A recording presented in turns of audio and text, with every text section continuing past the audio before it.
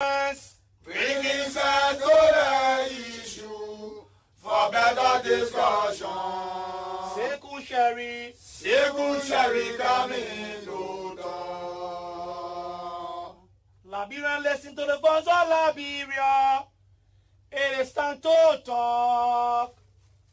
Bringing sense to the issue for better discussion. Seku Sherry coming to talk. Seku Sherry say, Liberian, listen to the voice of Liberia. It is time to talk. Bringing sense to the issue for better discussion. Seku Sherry coming to talk.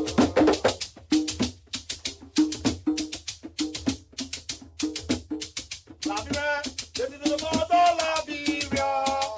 It is time to talk. Bringing sense to the issue for better discussion. Seku Sherry coming to talk. Seku Sherry say, Liberia, listen to the voice of Liberia. It is time to talk. Bringing sense to the issue for better discussion. Seku Sherry coming to talk.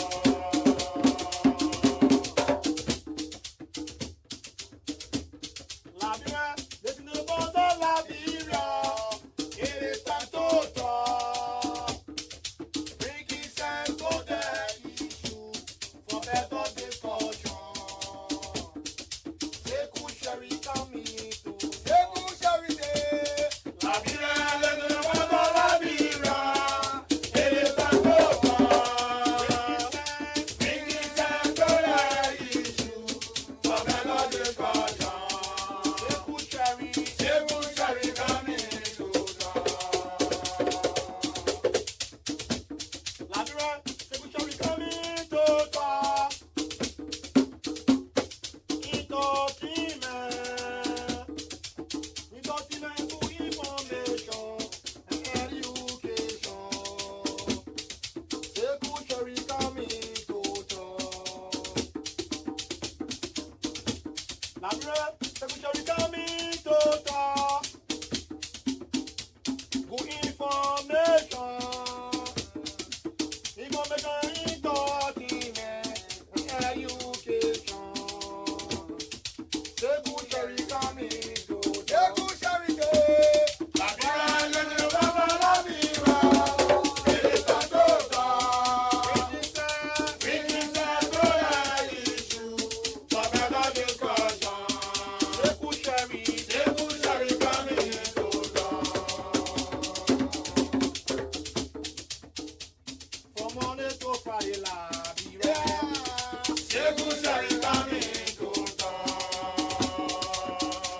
From Monday to Friday, Liberia. Seku Sherry coming to talk. From Monday to Friday, Liberia. Seku Sherry coming to talk. Seku Sherry say, Liberia, listen to the voice of Liberia. It is time to talk. Bringing sense to the issue for better discussion. Seku Sherry coming to talk. It is time to talk. Bringing sense to the issue for better discussion. Seku Sherry coming to talk. from Monday to Friday, Liberia. Seku Sherry coming to talk. From Monday to Friday, Liberia. Seku Sherry coming to talk. From Monday to Friday, Liberia. Seku Sherry coming to talk. Seku Sherry say, Liberia, listen to the voice of Liberia. It is time to talk. Bringing sense to the issue for better discussion. Seku Sherry coming to talk.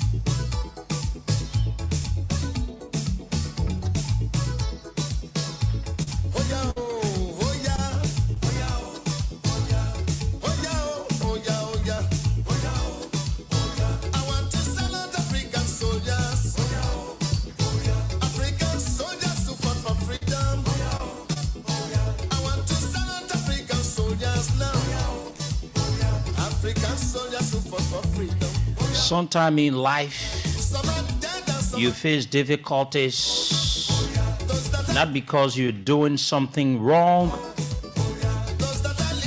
It is because you're doing something very good. So keep up, do what you believe in, no matter what the society will say. Once you think it is the right thing, you will get to understand at a later date. Good morning, and welcome to the show. Good morning, Liberia. On Voice of Liberia, 104.1 in Monrovia, 89.7 in Mangibi, 90.7 in Bon County, and other frequencies across Liberia. We want to say good morning to you and welcome to the program. Good morning, Liberia. This is where we converge to talk about the issues that matter to the growth and development of our country. This is where we speak truth to power. This is where we make you to understand that this government is now working in the interest of the Liberian people. And this is where we do our best. We have been across the country in all of the districts, villages, in all the counties. We want to say to you, good morning, folks, and welcome to the show. Good morning, Liberia. And it feels good to return here this morning after the weekend. Too many things happened, and there are important things to talk about. And certainly, my name is Sekou, and I'm Sekou Sharif. Inshallah, with the blessing of my parents, protection of Allah, acceptance, we'll take you up to 10 o'clock here this morning on the show, Good Morning Liberia. And I'm here this morning with my co-pilot. Together, we'll do this together. She has always been committed. And let me say good morning to you, my sister, Samara. Good morning. Good morning to you, Sekou, and good morning to all Liberians across Liberia. Let me say that it's great to be here this morning, and the weekend was good. Let me say thanks to God for, carrying us through the weekend and bringing us back on the show to talk to the Liberian people, to give out information to the Liberian people.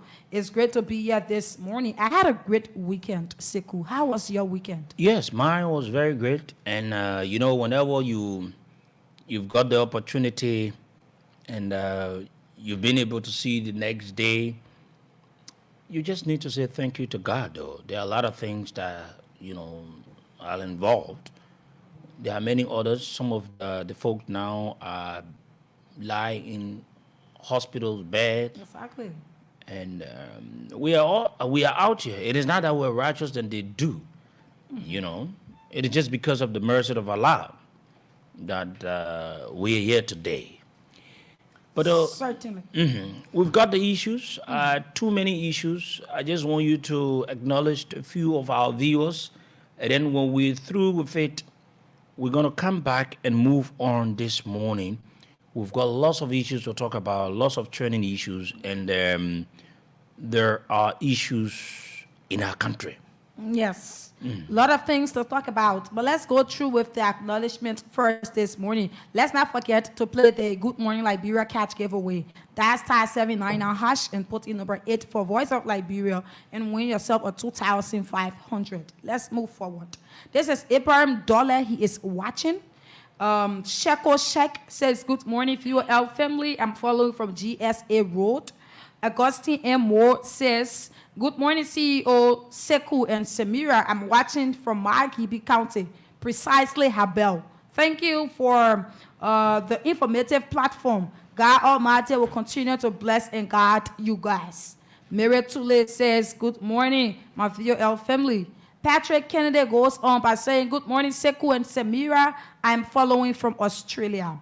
E.D. Nick God says, good morning, thanks for the good work you are doing for the people of Liberia, CEO. Ambassador J. Hezekiah Sako Jr. writes, good morning, VOL family and the people of Liberia. Thanks for the great work following from my resident in Dubai. And Papi Keita goes on by saying, good morning, Liberia CDC Success Keita from Duport Road. Andrew K. Blackie writes, good morning, Voice of Liberia. My name is Andrew K. Blackie, following from Banka City, Bon County this morning. Thanks to the CEO, Sekou V. Sharif, and Samira Semola for the great information you guys continue to provide for us. That is what we signed up to do.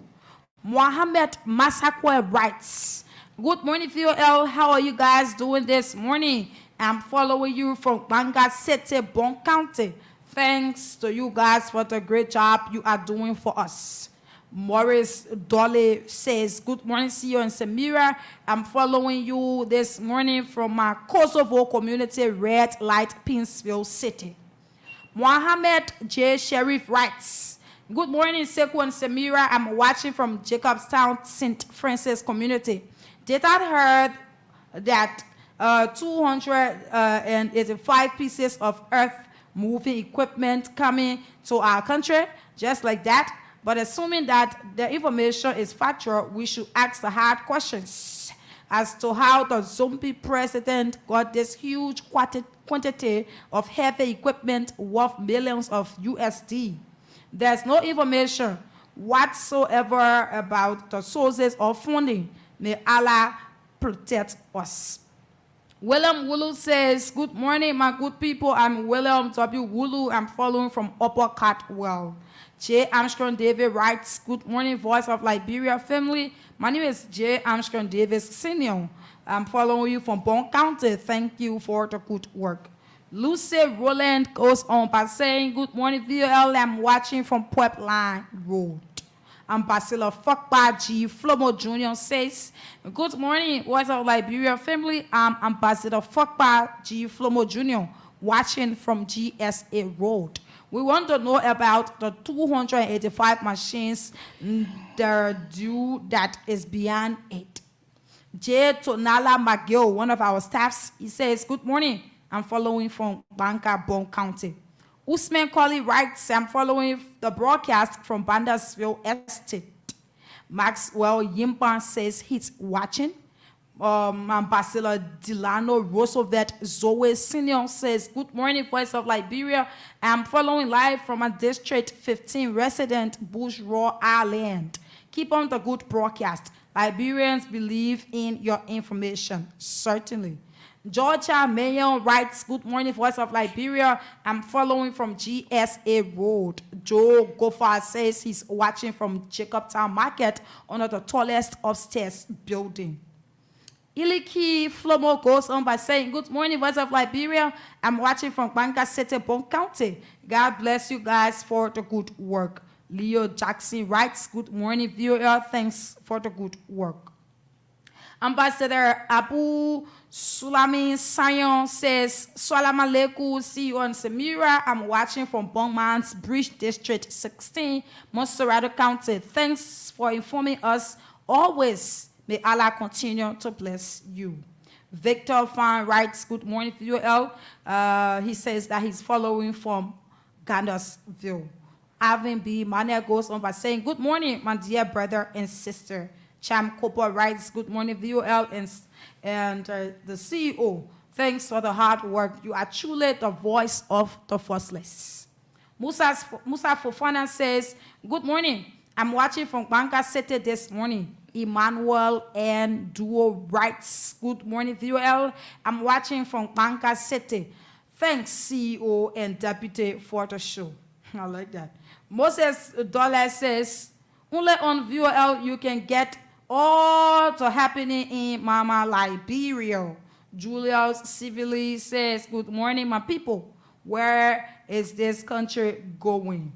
Ezekiel Doe writes, good morning, Voice of Liberia. My name is Ezekiel Doe. I'm watching from my old road residence in Kosovo. Henry Yango says, I'm following you guys on this awesome Monday evening from my end. Thanks for the great job. Meaning he's out of country. Morris Yima Jr. says, good morning to the Voice of Liberia family. I'm following from New Georgia Junction, Japan Free Way.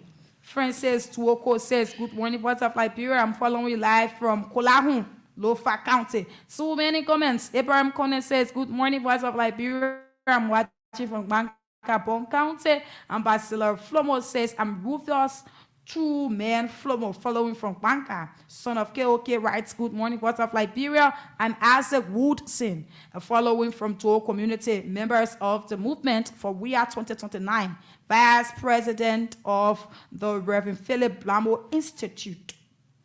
Phoenicia's Junior Bar says he's watching from New Crew Town. Philip Fokotama says, good morning. Francis Tuoko says, good morning, Voice of Liberia. Following live from Kolahum. Safa Moba says, good morning, Voice of Liberia. Watching from Bangkabon County. Quickly, Patrick Kennedy says, Sekou and Samira, I will need you guys to be honest on the interaction between Senator Amarakone and the Spoon panelists on the show, one-on-one with the CEO. We are not into that. Augustine and Moses, please keep up the good work. Moses Lake is watching from Kakata. We cannot call all of the names that are following the broadcast, but we would like to say that we thank you for following. Continue to follow, share the live video, invite a friend to participate, because it promises to be fascinating. Couple of things we have got to talk about. We have got the issues. Let me run you through our plate so that we start right out. Fast forward, we have this huge amount of road machines that are coming into the country under the Joe Boyka-led government. And we are here to ask the hard questions as to where is the money coming from, and as to what are the costs. And if it is a loan, how much is the interest? For how many years will the government be indebted to this loan? And what are the terms of financing agreement? We want to know. So we will dig deep into that on the broadcast this morning. Too many machines coming in the country. We need our roads to be constructed though, but as to how it's coming into the country, what's the negotiation Liberians need to know? We will talk about that. And also on our plate, we have the issue of the RAA requesting audit of CTN. Just the other day, we spoke about CTN. It's including the Bangura woman from Sierra Leone. Aminata Bangura. Yes. Who's always using the Liberian people to be able to enrich herself at the detriment of the Liberian people. So currently, we spoke about that just the other day, and now the RAA, they are requesting audit of CTN. We will bring you that quickly. Also, fellow Liberians, it was on Friday, on Thursday, Sekou made a post on Facebook concerning this alleged rape issue. And on Friday, he just don't come to work on Friday, right? It is his day off, but he decided to come and talk about this thing because it was serious and needed the attention of the Liberian people. So we came here, we talked about Yusuf Bilete from the National Port Authority. He was involved into the alleged rape concerning a teenager. And we went through it. We were here on Friday calling on the Liberia National Police to intervene, calling on the Ministry of Gender to intervene into it because it needed attention. You cannot be alleged of rape and you be passing through the streets of Monrovia as if to say there's nothing happening. So we were able to go through with it and we called on the Liberia National Police, and Sekou went through all of the investigations. We have some things to tell you about it, and we will bring you up to speed as to what happened over the weekend and how far is the case. We're going to talk about it. We have a full plate. And there was an attack on the former vice president of the Republic of Liberia in person of Joel Howard Taylor around the Duport Road belt. And we have a release here, what happened to a car. We have the video in our possession. We will play it for you, and we will bring you the release. Her safety matters. She's the former vice president of the country. You cannot have people going against or going to her to do an attack while she served this country. I think that she deserves protection. And the issue of the rice saga. Like we promised on Friday, we said on Monday we were going to dig deep into it. We will talk about it. We have got all of the information that's surrounding it. And lastly, at 9 o'clock, fellow Liberians, we are going to pay host to G. Thomas Gawo Jr. He's the director of the Monrovia City Police Unit 500. He will be in studio at 9 o'clock so that we discuss wide range issues. Couple of things to talk about. That's the full plate till 10 o'clock. Let me say thank you, Samira. Indeed, you've done extremely well letting those of our listeners to know exactly what are the issues we're going to be discussing here this morning on the program Good Morning Liberia. But let me start with the issue that has to do with the former vice president of Liberia. There was a release out, and the former vice president was being attacked by some unknown individuals. We're yet to know who were they, what was their intent, why they decided to, attack the former vice president of the country. But I just say to you that this country is not peaceful, it's not safe. Mm-hmm. Because if anyone would think that with all the position that the former vice president served in this country, that people will be attacking the former vice president, then it gives a red flag to anyone to know that this country is not safe. Because there are things that people will do. Sometimes they will say, oh, I will do this because of XYZ reason. But for people to be so brave, to move to the extent and even think that we attack the former vice president, it is totally wrong. And according to my sources, that the former vice president had requested officers of the Executive Protection Agency, EPS, services. Mm-hmm. But she's been denied.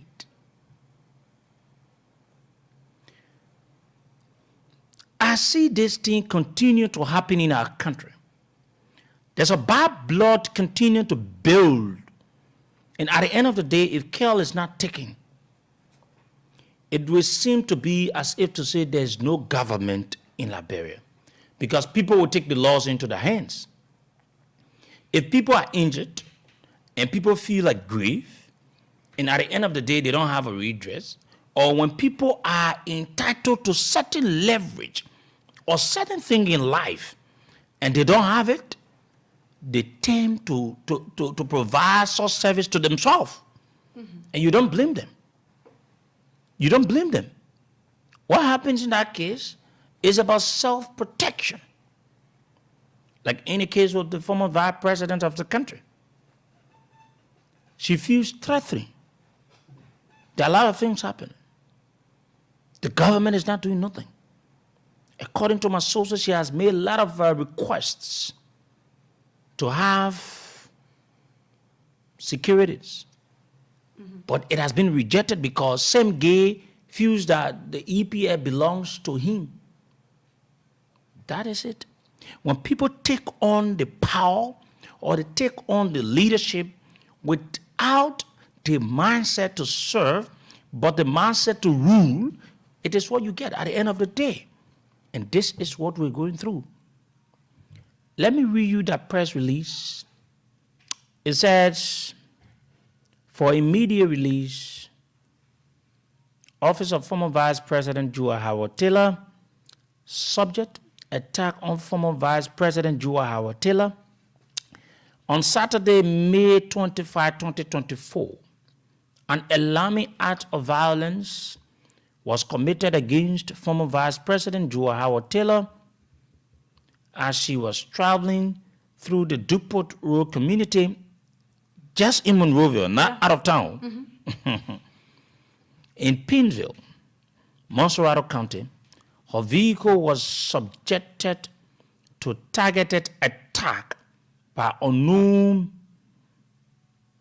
assailants, resulting in the destruction of the vehicle's windshields. This assault marks escalation in the challenges facing former Vice President Joa Hawatila, who has reportedly expressed concerns about her security to the current administration. Despite her numerous requests for enhanced protection from the Executive Protection Service, her appeals have remained largely unaddressed. This incident is not only a direct threat to the personal safety, but also a disturbing indication of the broader security challenges ordinary citizens in Liberia face daily. It is particularly distressing to note that since the new administration took over, there has been insufficient support in terms of security for former Vice President Joa Hawatila. No official or security vehicles have been provided, leaving her insufficiently protected. This raises serious concerns about the commitment to the safety of individuals who have served at the highest levels of government. The former Vice President has been a steadfast advocate for peace and democratic integrity throughout her career, and it is with profound concern that we note the lack of security arrangements provided to her by the current administration or the current government led by Joseph Boakai. This oversight is in strict contrast to the state security protections extended to former government officials, including President Boakai and former President Ellen Johnson Sirleaf, during the turning of former President George Weah and Vice President Joa Hawatila. We urgently call on the Liberian National Police to intensify their efforts to apprehend and bring to justice those responsible for this act. It is imperative that the government addresses this grave lapse in security measures and ensure the safety of all citizens, including public figures and former officials. The former Vice President, therefore, wishes to express her gratitude for the outpouring of support from the public and reiterates her commitment to the democratic values and the rule of law. She urges all Liberians to remain vigilant and to support efforts to maintain peace and security within Liberia or in the nation. That is the release from the former Vice President of the Republic of Liberia that was attacked over the weekend. And the good thing about it is the government has said nothing. Mm-hmm. Mm-hmm. The government has said nothing. So it says a lot to you. If the former Vice President of our country, she was attacked and nothing has been said, what about the ordinary people? What about Ma Kema, Ma Lapu, and other people? What do you say about them? The Yana boss. But it said a lot to you about the security sector of our country, how it is way below the belt. Yeah. Let's talk about this thing that has to do with the government coming in with 200 plus, yellow machines in the country. Mm-hmm. let me just remind the people in Unity Party. There were times in this country where people talked about the Iboma deal during the former government, when President Weah government wanted to engage the Iboma deal, and then the people said, quote unquote, it was not internationally accepted because there are things that you do, it should be in line with international best practice. So there are a lot of factors, or there are a lot of things you need to do if you want to do them in line with the international practice or whatsoever that you want to do.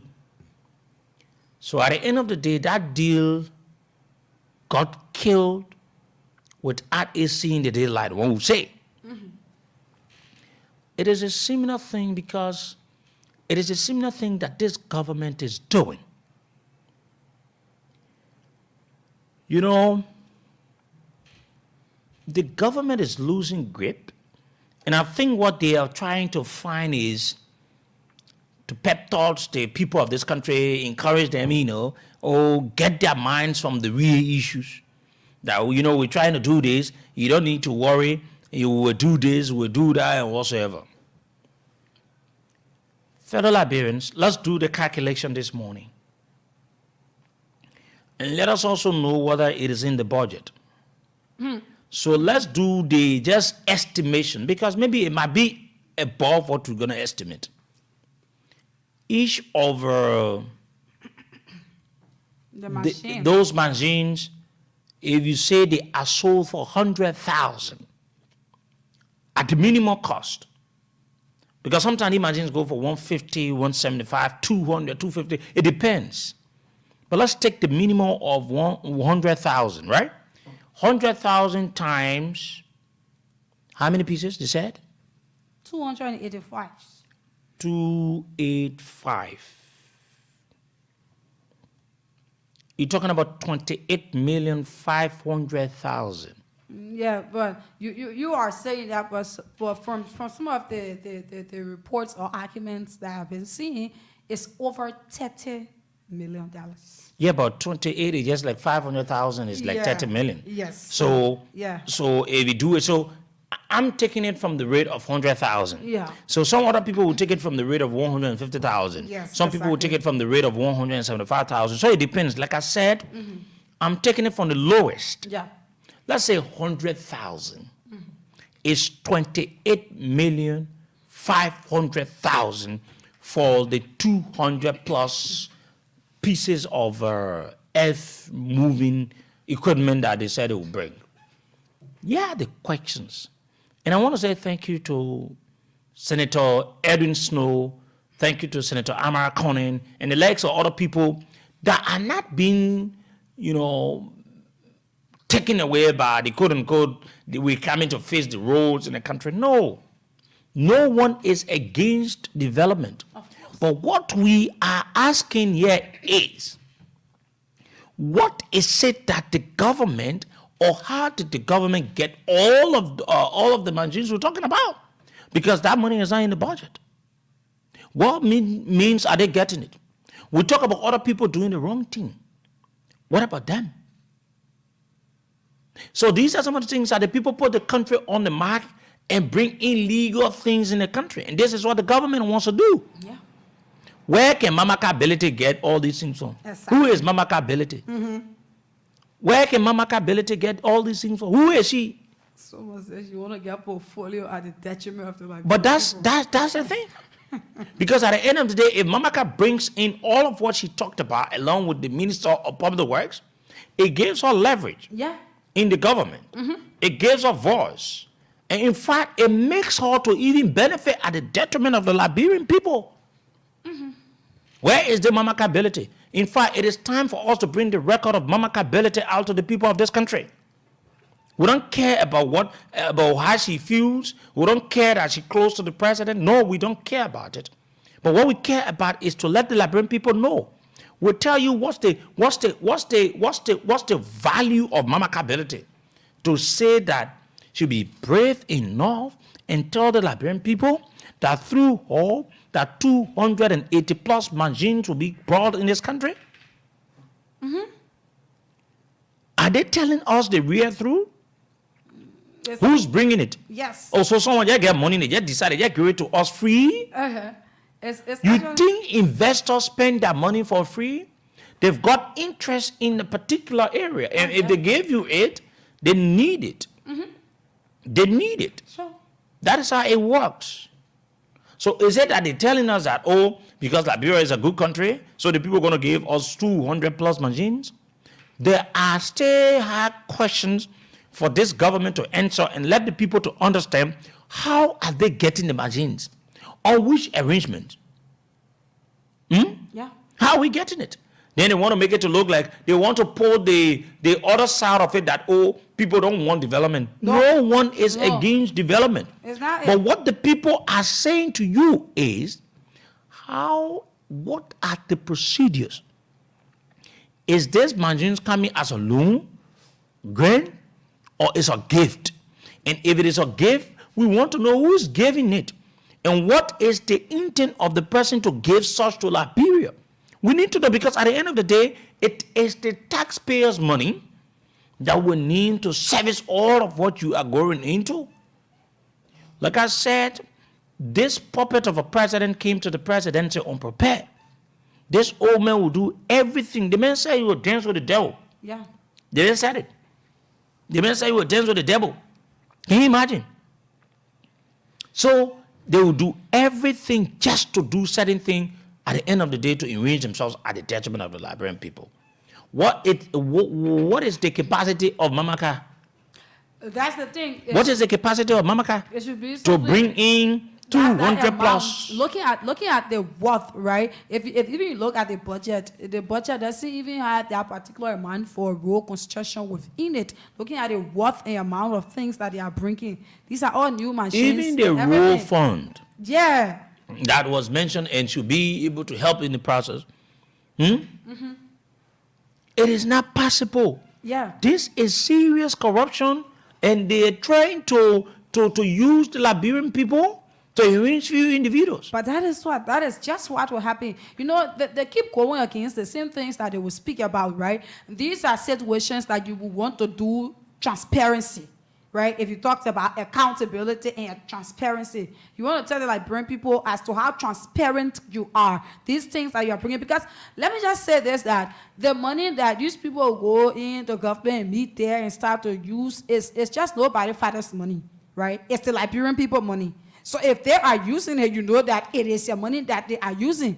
It's the country's money, not anyone's money. So if they are spending it, Liberians are to know as to how they are spending it, the interest and everything. Look at the amount of goods that are coming. Look at the worth of these machines that are coming into the country.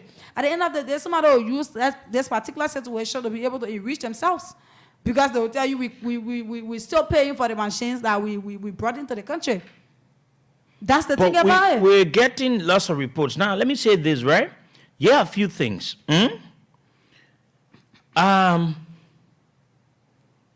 The executive mansion itself has provided no, information about the nature of the transaction or that of the source of fundings for said, number of moving equipment. We don't know whether it is a loan, grant, donation, or direct purchase. Now, to say that you even want to answer any of the questions, then you need to think about, the actual governance and the rule of law in this entire thing. Now, if you say it is a loan, then it has to be clear to a point where you will say it needs to be ratified by the legislature. Yes. According to the Liberian Constitution. So because if you want to take a loan, it needs to go to the legislature so that the legislature will ratify it. Yes. Then it becomes legal. So at the end of the day, Liberians now will pay. Yeah. Because when the lawmakers are ratifying it, it will include lots of things because the lawmaker will want to know a lot of things about it. Yeah. That's another thing, right? But if you don't go to the legislature to say, okay, it needs to go to, by the Constitution, what the Constitution says, or if you say it is a direct purchase. Now, if you say something is a direct purchase, then it involves a lot of things. Yeah. I think that So what would need to happen the Public Procurement and Concession Commission law, that's the PPCC, and the Public Financial Management, the PFM law, must be adhered to, right?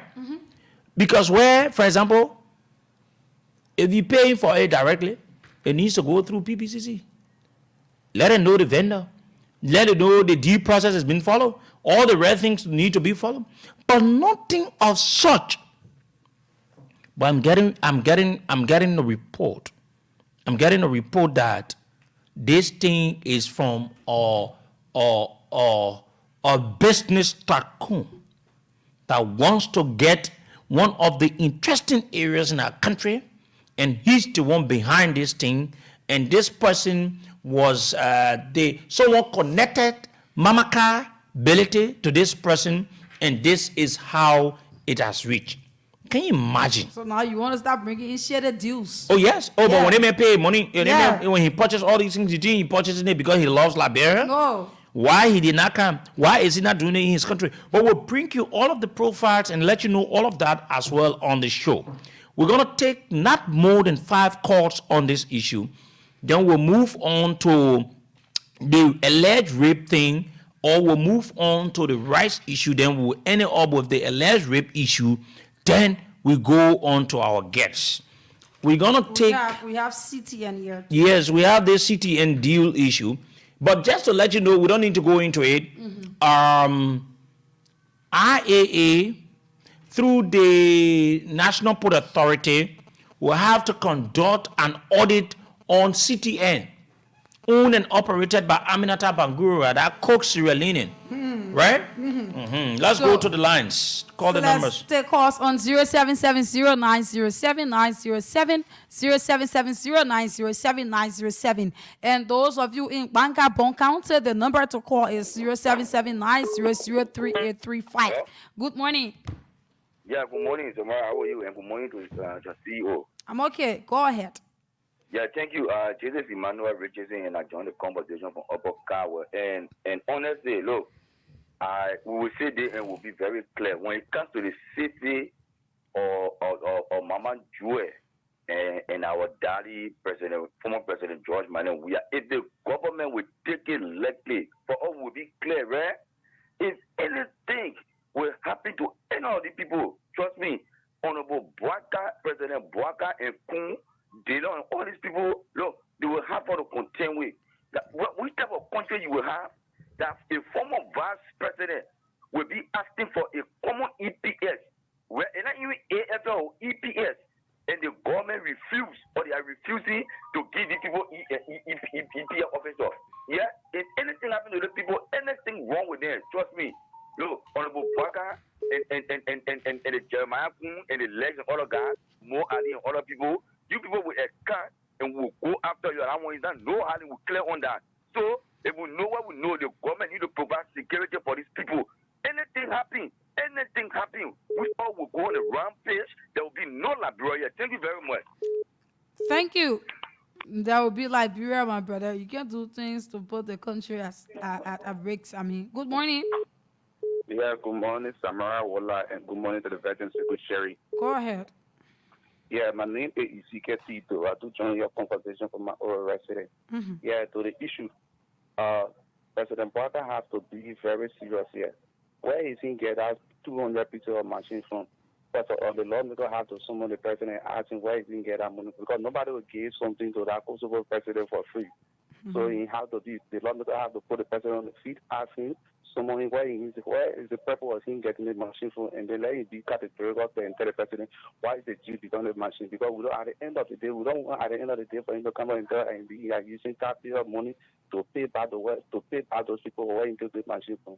So the lawmaker have to call in and ask him where is he getting the machine from. And secondly, to the next issue relates to the vice president, I think this government has to be serious.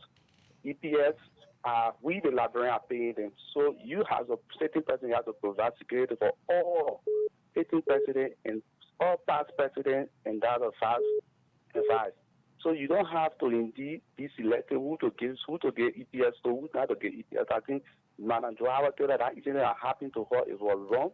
It was wrong and should not be repeated. So the EPS board had to look at it critically and assign EPS to her because she was a reputable person in this country and she's not deserved to be moving around alone. She needs people that will protect her life and that of her family. Thank you. Samara. Thank you. Let me take calls from my end. Good morning. Good morning. Good morning. Go ahead. Samira, this is David King. I join you from Parala this morning. Okay. Samira, it is quite unfortunate for people to speak against, this kind of ills in society, and today they are the same people who are doing what they spoke against yesterday. I think it's a bad thing. I think it's not good. I think should be more of corruption. When people are talking about corruption, and people who come to behave like angels and start to behave like the devil, I think it's bad for our country. Joseph Korea cannot bring 285 pieces of yellow machine in the country, and Samira, what we are getting is a Gizzy Mountain. When a Gizzy Mountain is a collateral for that machine that are coming in the country.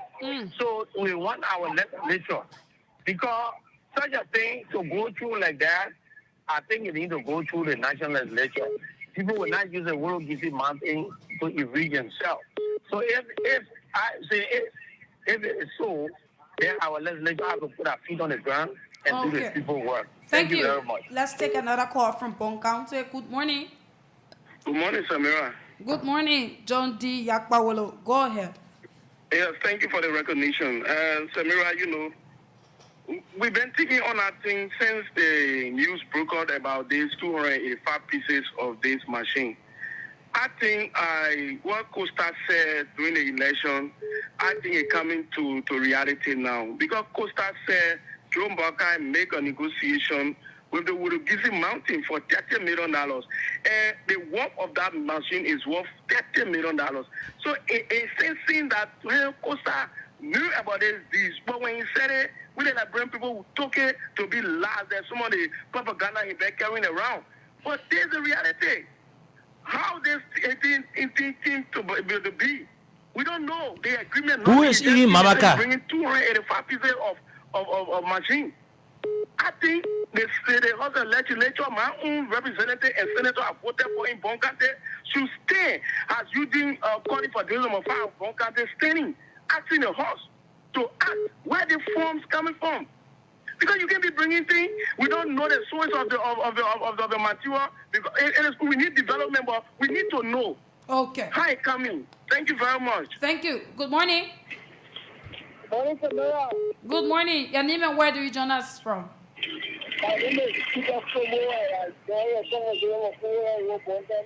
Okay. Go ahead. Be a bit audible, please. Are you hearing me clear now? Yes, go ahead. Okay, our own minister, you are going to end like you always come to power. He's coming to end like you always can be true. If he's trying to end like you are, we are going to carry that. We will not create that change. I don't know what is his thought. For you to leave a country where a vice president will be attacked. That's insecurity. Then by now, he has not said anything that is government. It's alarming. But to that issue of that machine, for me, I'm a student of history. These people you know of food, they kind of favorite food. They were going to bring it up out of Liberia. And as of yet, Good morning. Good morning, my sister Samira, and good morning to my CEO. This is Julius Seveli, and I join you from Banga City, Bon County. Go ahead, my brother. I just lying now and I'm concentrating on how this country is going. People who we feel that they were coming to be Jesus Christ to lay the good foundation of this nation are not doing extremely well, to be frank with you. You know, when we said it about this 285 equipment that they are discussing, you know, other people want to take it in another way. But this, we are discussing Liberia. We're not discussing CDC. We're not discussing Unit Party. We are discussing Liberia. We are also discussing the future of our generation, because some of us are already in our future. The government should be able to tell us, because they serve us and we put them there. They should be able to tell us how and why they are bringing these things in the country. In case you are bringing machine to say, oh, you're killing the entire Liberian people, so all of us will be well out of this particular country. The government must be able to tell us how they generated the money and they are bringing this particular machine into the development is good, the idea is good, but we want to know how this money was being generated. Thank you very much. Thank you. Let's take calls from the other line. Okay. Yeah, good morning. Good morning, Samuel. Good morning. You need to be audible, please. Honey, I join you from Paul River. Paul River, go ahead. Yes, my attention has been due on the issue of 180 machines. 200. Let the government tell us how they get the 280 machines. Yes, let it tell us. And secondly, let it provide security for our former vice president. Okay, thank you. We'll take the last call and then we call it a day, then we transition. Good morning. Good morning, my dear sister. Good morning to the powerful CEO of our time. This is the God State T. Williams, the proud and revolutionary son of Maryland County, and I do join you from Oro to be spectated.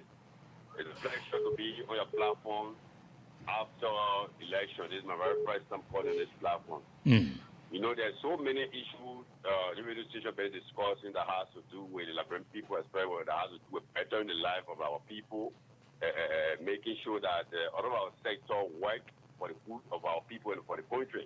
But this morning, article, the issue of the attack on the vice president, let me further condemn it. And I think it's a privilege and opportunity for some of us, especially with the young generation, to see our ex-leaders and living in the country because no past years we could not see the thing so easily. It started from an Amsterdam day and up to current we've seen it too. I mean, we take pride in it as a generation and we feel that they should continue. But now a situation where we'll be attacking them that the country will go yet us scatter again. We will condemn it and call on the very authority that is in charge now in making sure that they provide all necessary security to secure the life of our people and make them to be in the public that tomorrow will go to them for history, to reference them tomorrow. Now, when it comes to the issue of the machine, I mean, like Secretary said, when we had the Iboma loan, the ESO loan, all these things, this promotion, all around that the government will not proceed directly, and now they wanted to marginalize Liberian people, this, that. Even though it was intent for the same root purposes, but yes, so we still put it down and went against it. But even they couldn't, but why about this one I just have to go on there? Now, what else will go through? Okay, thank you. Thank you very much. Let me say thank you. Thank you very much. You've done extremely well. That's all the calls we can take now on the show. We need to go. And then let's move on to something different. Fellow Liberians, it was on Friday of last week when we told you that we will come out. You know, sometimes we say things, we don't say things that we don't have fights and we don't come or we don't talk about it. So we said we were coming to tell you about the actual story and issues about this entire thing that has to do with the rest shortage. We'll talk about the rape case before we can join our guests, just so you know. And we said that there were a lot of things that played in the process about this rest thing. And I want you to buckle yourself, the way they would say, you know, in the music. Sit and listen, and it will shock you. And it will send a lot of, surprising things to you. Is it that this entire rest thing is something weird that because of what's happening, in India or some other areas, that is the reason why we are having this rice shortage or whatsoever in the country? Certainly no. We've investigated and we've gathered all of the pieces of evidence. We have it, and we'll call names. We'll tell you how much individuals received and why they did, and you'll get to understand. You see, in any government, Samira, the Ministry of Commerce is like the center part. It is the engine of the government. Yeah. When it comes to business activities. So whenever a government appoints the Minister of Commerce, what those of the business people and business tycoons in the country will do, they will build a cartel or they will reach out to the Minister of Commerce and see and use whatsoever they can use to get the Minister of Commerce to dance to their tune. And the worst of all, we have a business person who is the Minister of Commerce. So he does everything at a business level, not in the interest of the people of this country. Okay. Yes, what has happened about the rice shortage in our country, quote unquote, the increment of rice price in the market. And we also have fooled you to call us this morning and tell us in some of your areas how much you are purchasing rice. This thing, let me say to you Liberians before I go into it, it is not a realistic issue. It is a made up that some of the people in the government, they've got benefits. And I will explain to you, and you see the reason why Liberians are to come out, not just to come out, but to stand against the rice importers and that of the Minister of Commerce. This is what happened. The rice importers are usually in the kinds of things. The 5 rice importers in our country currently, they are usually into these kinds of things. They go about and they control the price of rice in our country. When those 5 rice importers decide today that you buy rice for 20, 25, 30, 35, it will happen. Because they always try to have any Minister of Commerce under their control. They have managed to have this current Minister of Commerce who is a businessman under their control. I'll read you some of the loans that Ami Mora took from some of the banks when he was not the Minister of Commerce. But he has been able to service all of his loans in the shortest possible time. And we'll also tell you in different editions how much is the Minister of Commerce making to determine the payment of all of the new loans he took from banks in this country. We're asking, where did he get the money from to service all of the loans in less than 4 months? Yeah. But here is the issue, fellow Liberian. The rice importers, when the government took over, it is true that there has been a little increment in the rice price in India. Yeah. The Indian parboiled rice. There has been a little increment, maybe like $1, $2, $3. And the reason why the Indian government did it is because they want their citizens to eat the rice. They don't want that rice to be, exported. So they want their citizens to eat the rice. So they did that as a means that people will not be able, to say they want to get the rice out of the country. Before the recent increment of the rice price or prices in India, all of the rice importers had their rice in the country. So it says to you that the rice importers' rice were in the country before the increment of $1-2 in India. Exactly. They have metric tons, bags of rice in the country. Yes. They were in their stores. They were uploading them. They was on the sea, heading to Liberia, without any increment of what is currently taking place in India. So what it says that the number of rice that are currently in the country should be sold for the actual amount, not to increase the amount of the rice. Because the increment that has taken place in India has nothing to do, or it has not been able to affect the current rice that we have in the country, or the rice that are on ship leading to the country, because they were being purchased before that increment of $2, $3, $4, $5 was being placed on the India parboiled rice currently in India. We thought to make it to understand, and our sources will give us the list of metric tons of each of the rice importers and the number of bags or whatsoever they brought in the country.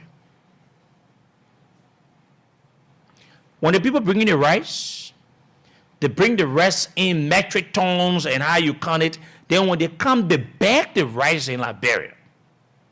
That is how it works.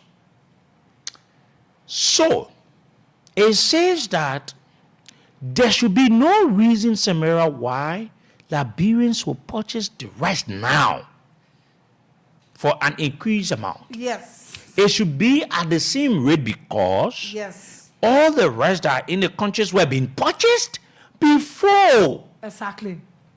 the increment currently taking place in India. Yes, what the importers are saying. We gave you the ways and gave you the things they're saying and bring you the actual information, how much the importers paid the Minister of Commerce to make this thing to happen. You see the Indian, the Lebanese, the people, they're not good though. So, the rice importers put themselves together. And this is the justification the rice importers are giving.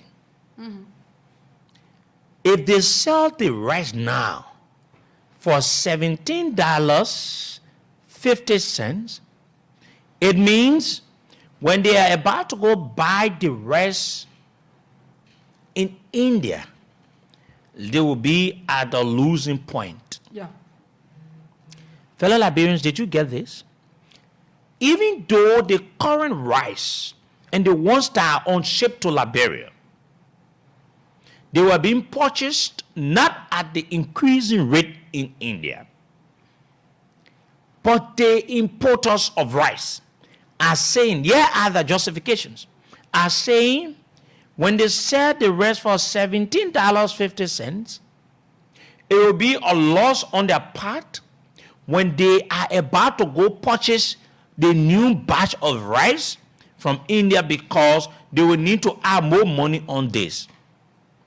But yes, the rice importers are very dishonest and they want to plunge this country into different things.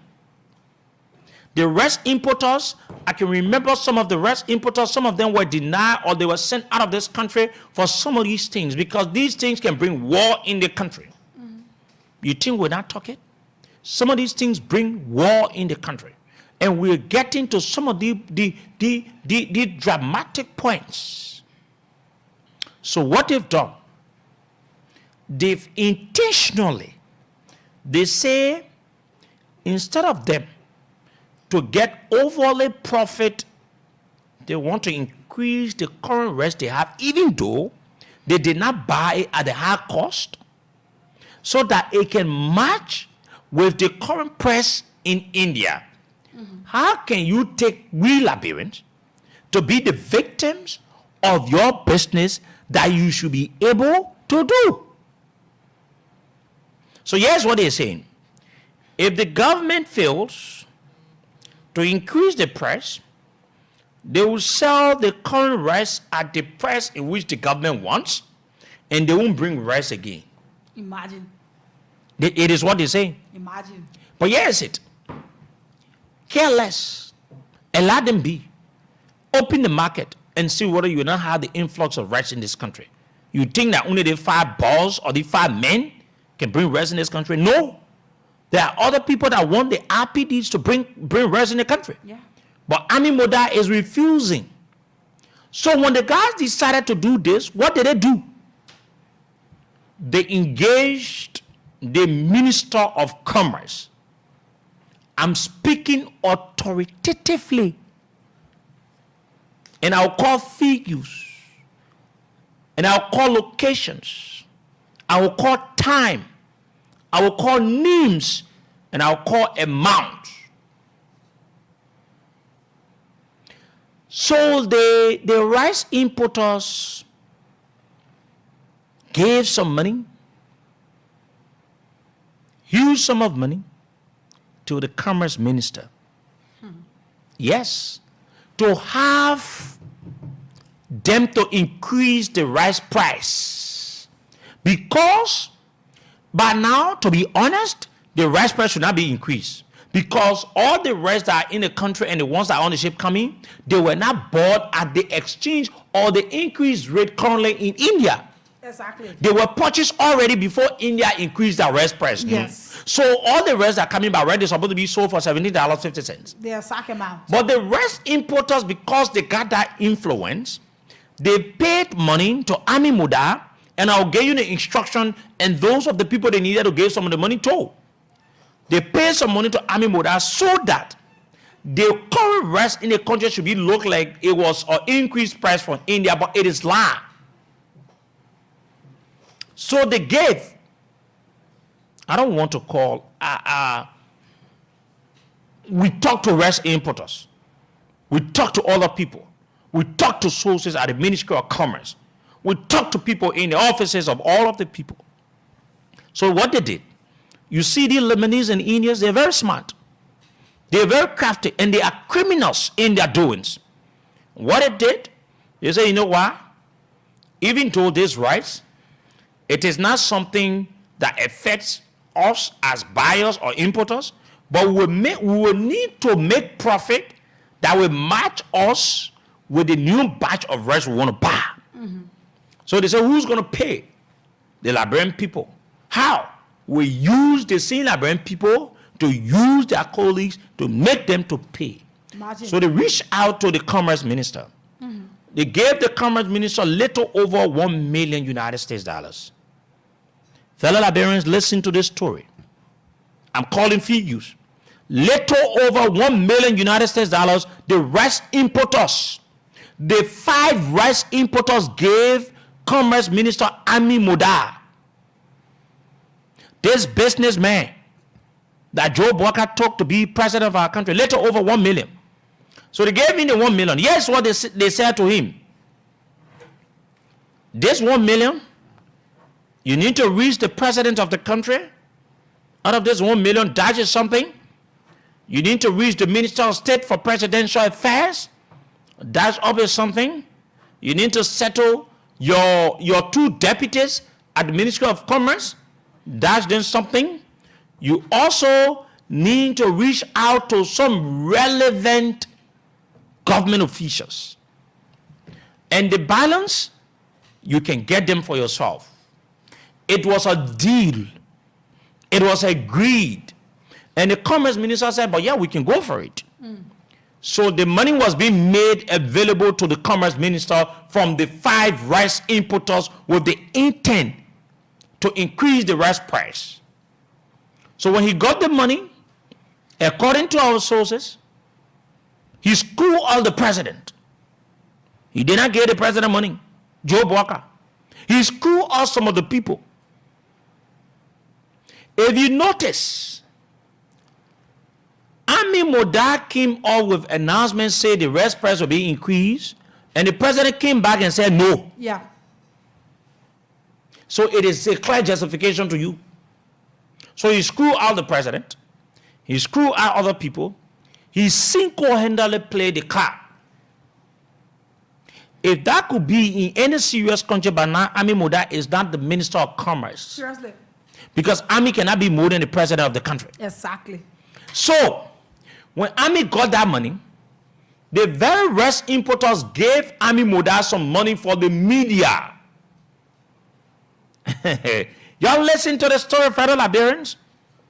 They gave him some money for the media, with a fear that if they get in the media will run with it, and they will need to do what they call damage control. So what did Ami Moda do? It was on last Saturday, not this just ended Saturday, last Saturday, at the hour of 1 o'clock, moving above, Ami Moda had a meeting at his Bella Casa Hotel. Listen, I'm being specific here. Ami Moda had a meeting at his Bella Casa Hotel with 2 of his deputies. Ami Moda had a meeting at his Bella Casa Hotel with 2 of his deputies. And you had 10 different newspapers. 10 different newspapers.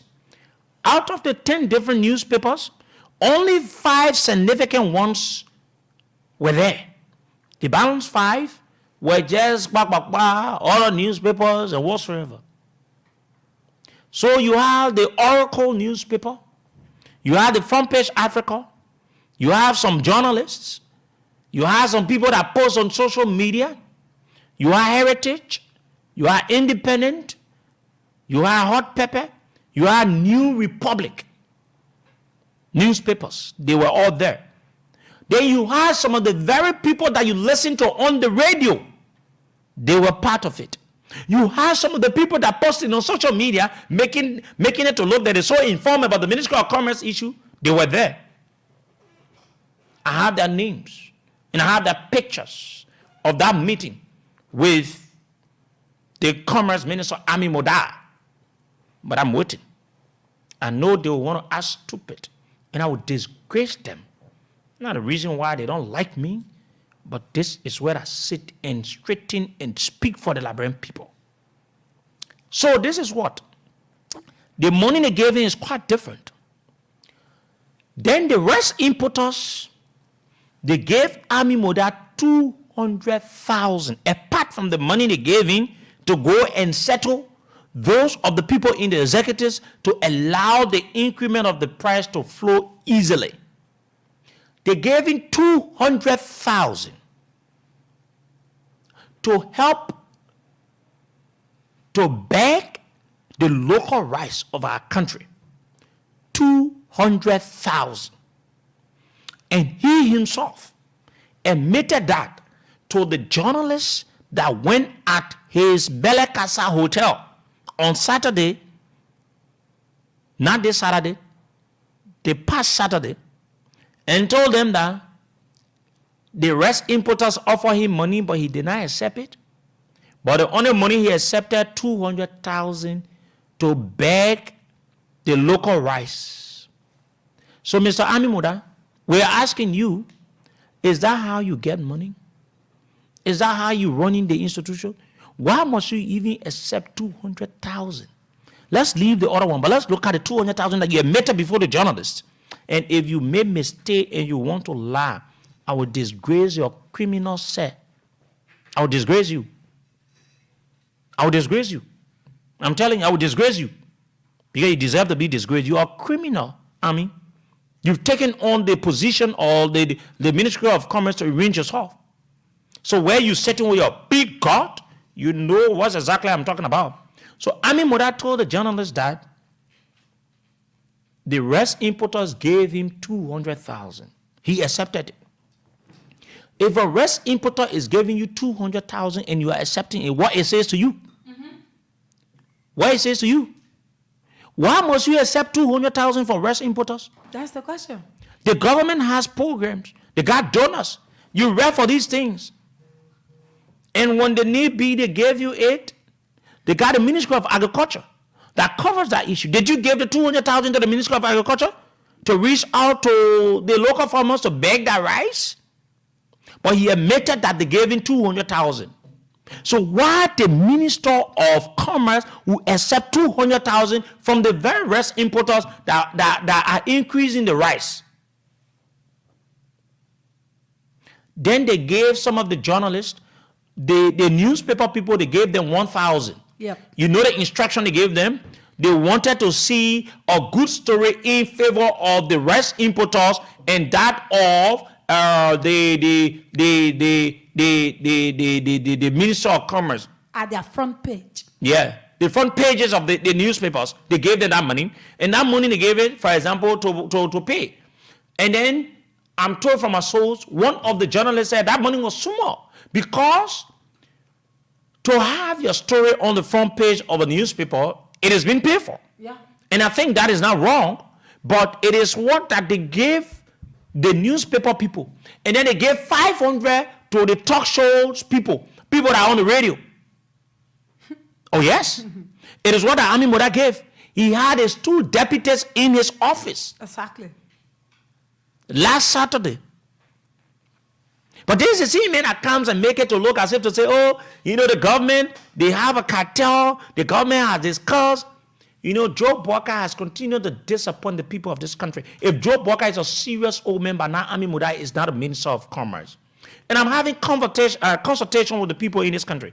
I spoke to some people from River G. I spoke to some people from Grand G. I've spoken to some people to some of the counties.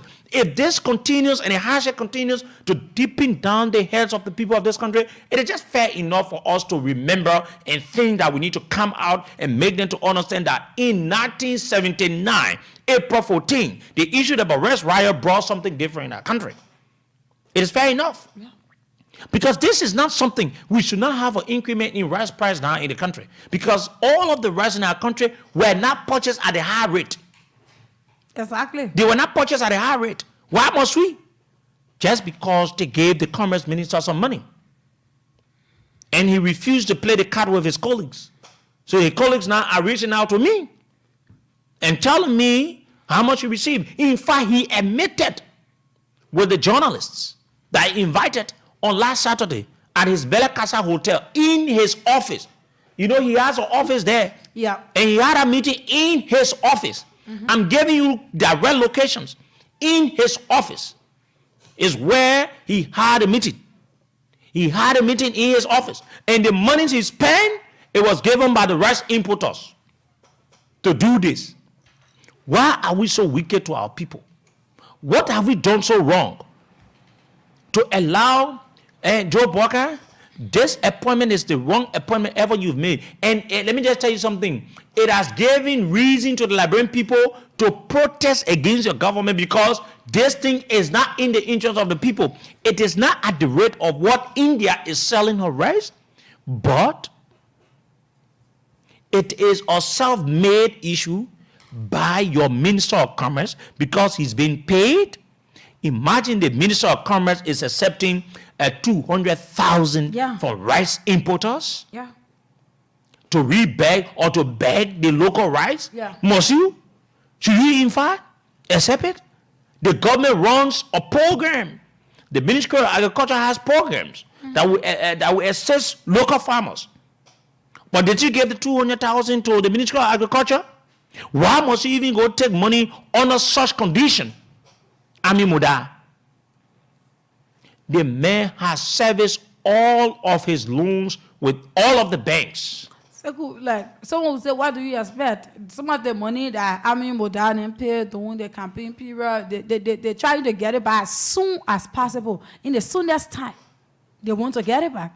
So definitely that is what will happen. By the end of the day, Liberians, they are not stupid people. They are not. What will if they continue to happen? Because why will you not buy rice at that particular price and you wanted to sell it at the price, right? Because the rice in the country, they are being stock, right? And there's an increment in India. So definitely the ones that they did an increment in with India, they haven't purchased it yet. So why you will use that particular price from India or use the situation from India to be able to increase the rice price within the country, knowing that you are not yet imported the new rice that they are increased the price. And the thing here is, if you want to look at it legally, it is bribe. Oh yeah. And you don't bribe and it is forbidden. So honor the code of conduct for public officials. So it means that Ami Moda should be cautioned. Ami Moda should answer to questions. If his answers are not justifiable, he's to be dismissed. Oh yeah. He's to be dismissed. Come to the Liberian people, he tell and say, Jack Jumba one money, he say, oh, increasing rice price. You don't. Yeah. Without the president knowing about it. No, but like I said to you, the rice importers themselves, you know, the rice importers, they sit at the back and control a lot of things. There are things, you know, then he come, the Ami Moda can say he has been able to give RPD to 2 other Liberian companies and whatsoever. Are you kidding me? Are you kidding me? Then he can say, oh, the only solution here, we need to do our own work. To just tell you that Ami Moda, he doesn't understand nothing about where he occupies. Yeah. Liberians, how much are you buying the rice? Let's go to the lines. This is what your commerce minister has done. This country will continue to remain where it is under the watch of Ami Moda. We want to ask him, why did he even accept? Let's agree, 200,000 from the rice importers. Like he admitted before the journalists that he paid money to promote him. We'll sit here and get all the information. 0770 907 907 0770 907 907. What's the line for the people in Bangabong County and other counties? 0779 003835 0779 003835. Let's take us, Seku. Okay, let's go to the lines and take more calls. Let me take this one. Good morning. Good morning, Samira, and good morning to the CEO. This is Julius again from Banga City, Bon County. Okay. They said the government was mature, but I want to believe that it's in the contrary, right?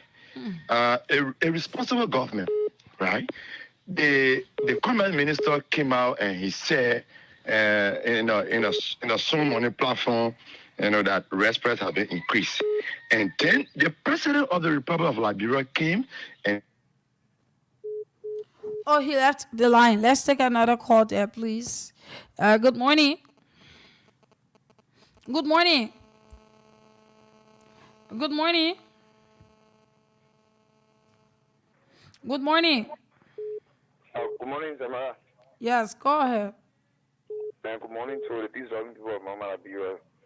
This is Isaac Wilson, Professor because son of KOK, and I'm joining you guys this morning from your district number 14.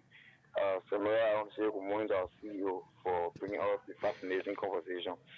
Samara, relating to this very issue, the CEO already said this thing was a cartel between the commerce minister and that of some of the media colleagues because, this past week we have been following some of the radio stations in this country and some of the newspapers, seeing them discussing the commerce minister as if to say he is a heaven sent or he is a god in this country that he has the right. So, like I already said during the week presentation, the commerce minister is a de facto president. That means he want to overshadow the presidential right and privilege given to Joe Biden. But some of these things we cannot blame and the commerce minister and some of these ministers. When a person is in the there and do not have the regulatory authority to do some of these things, where you see the minister and some of the directors can come in to overshadow his right. So we as Liberians will continue to suffer for this area till we can start thinking wise in the coming years, 2029, to make Ambassador Joseph Mabaga to be one-time president in this country. Thank you for having me. Okay, thank you. Good morning. Good morning. Samira, good morning to you. Good morning. Your name and where do you join us from? Let me say good morning to Seku. This is Lost in Pine. And I always call from District 8 in Monserralo. Look, the issue of rest, I think somehow we are following it closely, and we believe it needs not to be politicized because there is a holistic national issue. If the red price has gone up to $5,000, every partisan will buy a part, buy with $5,000. So it's important that we all that set up our feet and then fight the battle. The information given this morning, if it is authentic, I think it needs an investigation from the executive angle. How we form one person undermine the entire government. I received a kickback at this early stage, and it's detriment of the Liberian people. Then I want to believe this thing because, mind you, there was a meeting here firstly at the executive mansion.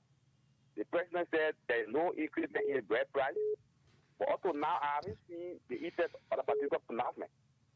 The bread price still remains static. The other people said about it 3839. So I want to know the exact measures put into place to prevent those people from hacking the federal rights. Because you just say that it's not taking effect. So I believe what you are saying is when it is authentic information for true that it may have taken kickback, then of course I think by now it should have been a minister of commerce.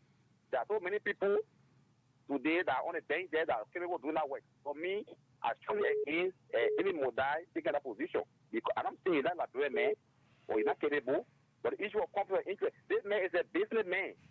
A complete businessman in Liberia we know of. Can you imagine? I think the last time somebody called on this platform and said that Modai was threatening them, they got work at the Minister of Commerce as an inspector. He said Modai went there, he started threatening them. He said, you guys last time when we had government time, they were harassing my business. We should have paid tax, chief. You got a better cover also, you have paid tax to government to contribute to government revenue. So when people go to your office and into your business area for tax payment, it's not an harassment. So why do we keep that going and going, carrying that place? Instead of rotating those guys on their position, those who inspect. Now there are no inspectors now from Congress. You see? But you will not. You will not have any inspector because the Minister of Commerce is already in the pocket of the rice importers. It's not just in the pocket, but it being access to it before somebody said what you see. I think the big men do this thing so like a profit in the only brother. I agree with that when but we know it come from. We know. So I would not say become a unit policy. There are something where it's wrong, putting that know that we all manage that government and bring it to a public ridicule. They are backing up. No. But that they particular position like AOA, you can leave it. Because we all know issue of rest is a Liberian people classified to be a political commodity. Whoever that become president should be very careful with it. Thank you the money for the time. Thank you. Good morning. Good morning, Sebu Sherris, and good morning to Samara. Good morning. Go ahead. Yeah, my name is Alonso, and I do join you from my residence, Oro. To the point, Sebu Sherris, that individual called Amin Mudad, I know him personally. He's a very cocky individual. Can you imagine? He's the kind of person who I work with over the past time, and I understand how he operates. Even in his factory, when I was working there, it was a time I got to know the kind of person he is. Can you imagine? How would an individual come out to say they got something they call training contract? After someone who you are working with after 6 to 7 months, then they come out to tell you, say, they got something they call training contract, which will be going on. Can you imagine? That man is a very crooked man. The man is not incorrect. Can you imagine? Then such a man you're making to become prime minister, only to exploit the citizen of this country at the own detriment. Can you imagine? This kind of president he's not needed to be a commerce minister. In the first place, he's a man of a Lebanese Liberian. I know that person individually. So by right, if Joe Baga needs to what do good things in this country, he needs to get rid of that kind of person. He needed not to be a commerce minister. Thank you for the show. Okay, thank you. Good morning. Let me take this from my end. Good morning. Good morning, Samira. Good morning to Brother Tego Yesiro. Good morning. Where do you join us from? Your name? And Ayuba Tumuya joining from Banga City, Bonkan, the TVJ. Okay. Samira, thank you very much for the discussion this morning. You know, for me, always when a rep but when I mean, when I made a phenomenon, I always ask you that. People say, President Bwaka, I don't know about the phenomenon, I mean, what I made. And for me, at default, President Bwaka and his employees because try and see in a country. Anything they do in a country is all about try and see. They always come out with pronouncements to try to Liberian people. If they will remain silent for them to just use that me and eat the Liberian people money. President Bwaka just what they go ahead to do that pronouncement if there will be nothing that will come from it. So he what I can eat that instead of money that the people will give it to them. They did a lot of things in the country when they came out and denied the money that President we had left in the budget. It was to try the Liberian people. When the Liberian people went, the kings that have on there, they came back and we not talk. They came again with the wealthy that were paid in the country in part to his party chairman. When they denied the wealthy and the Liberian people moved on them, they came back again with another talk. So the whole government are just because try and see 100% know about the phenomena. I mean, what I mean, he's not innocent to it. He know, but he was just trying and see. Thank you. Good morning. Good morning. Hello. Yeah, good morning. Your name and where do you join us from? My name is Isaac, and I'm Isaac Zedulu, the political catapult of our time. Okay. Yes, my issue has been due to this rice issue. If this government try us in this country, we will be very much touristic and gentlemantic. We will take the streets in this country and mass everywhere so that our people know that this government is not in the interest of our people. We're going to tell the people in Liberia that we told them from the beginning that this government, they were coming with the scene or ambitions to look this country and leave us in a very much bad condition. So I'm saying to my people in Liberia that let us cross our finger crossed. Anytime, anything this government try to disturb this country or to destroy this country, we will stay on our feet. Thank you. Thank you. Good morning. Good morning, Samira. Good morning. Your name and where do you join us from? This is David King, a pro and I joined from Central Liberia. You know, Samira is a sad story for our country at this point in time. I can remember during the campaign, we heard Joseph Bwaka, vice president, even Joseph Bwaka himself, said he was going to sell rice to the Liberian people for 1,005. George Weah is selling the rice for higher price. And so I was almost surprised and dismayed to see Bwaka, who are now live to the standard of Liberians, because what we are expecting of Bwaka is not doing that. Bwaka is corrupting this country, and you're telling me that Imi Muda took 200,000 from a rice importer. Imi Muda alone did not eat that 200,000. Bwaka took his own share of that money. Bwaka is somebody who loves money. Bwaka loves money so much to the extent that he will compromise the Liberian people's interest for his own personal benefit. So for people to sit on platform and say the rice price, Joe Bwaka declares something talking about rice price have reduced and are not taking effect. I think they who come from the intellectual response of the rescue mission, they should start to respond to Bwaka appropriately to telling that your announcement you made, Mr. Bwaka, is not working. It's not working with the Liberian people. So the Liberian people are getting angry. They want to stand out to you. Because when we stand out to Bwaka, peacemaker will stop working and Bwaka will meet a demand. Okay. We want to reach that point. He must stop playing with our stomach because 1979 Thomas played with our stomach and he saw what happened. So we don't want such a scenario to come about again in our country. Thank you. Okay, you. just for the calls, let me just say this. I'm getting reports from our sources, both from the executive mansion and that of close to Army Moda, that at the end of the cabinet retreat, I think it was on Saturday, right? Yeah. He was being asked two things they told him. It might not be truth. I'm getting it from a source. I'm quoting a source. It might be right or it might be wrong. But I'm being informed by my source that Ami Muda was being asked to resign or he gets dismissed. And then his argument was he did not do anything wrong, so he will not resign. So up to late last night, he kept putting all that poke stroke that he will not resign because he did not do anything wrong. Okay. So we're getting report that he has tendered in his resignation. I don't know how true it is, but it is the report we're getting from our source, from the executive mansion, and that of a close associates to Ami Muda. The reason here is it is being disclosed or discovered that he received allegedly 1.4 million United States dollars from the rice importers. When we speak, don't take what we say for play.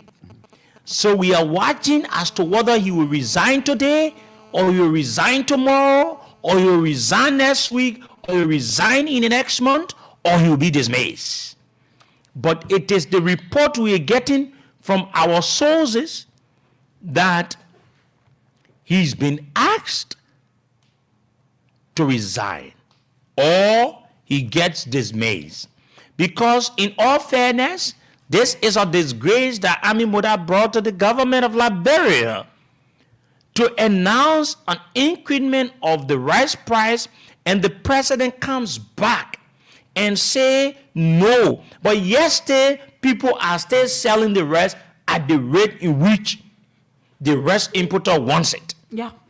And you see, so Ami Muda deserves to be dismissed. He's a criminal. Let's take some calls. Then we transition to our rape case. Good morning.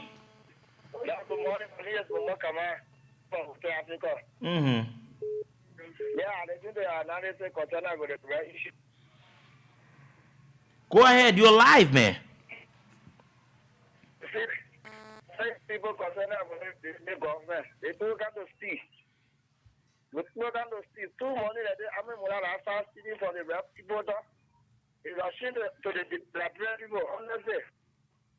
It's a thing. I know you just no minister, all the minister are for this, but they are criminal, they can't see. People can't see. Okay. Thank you. Good morning. Yeah, good morning. Yes, your name and what region is from? This is Ruben County, and I call from Ghana, and good morning to the people of local country.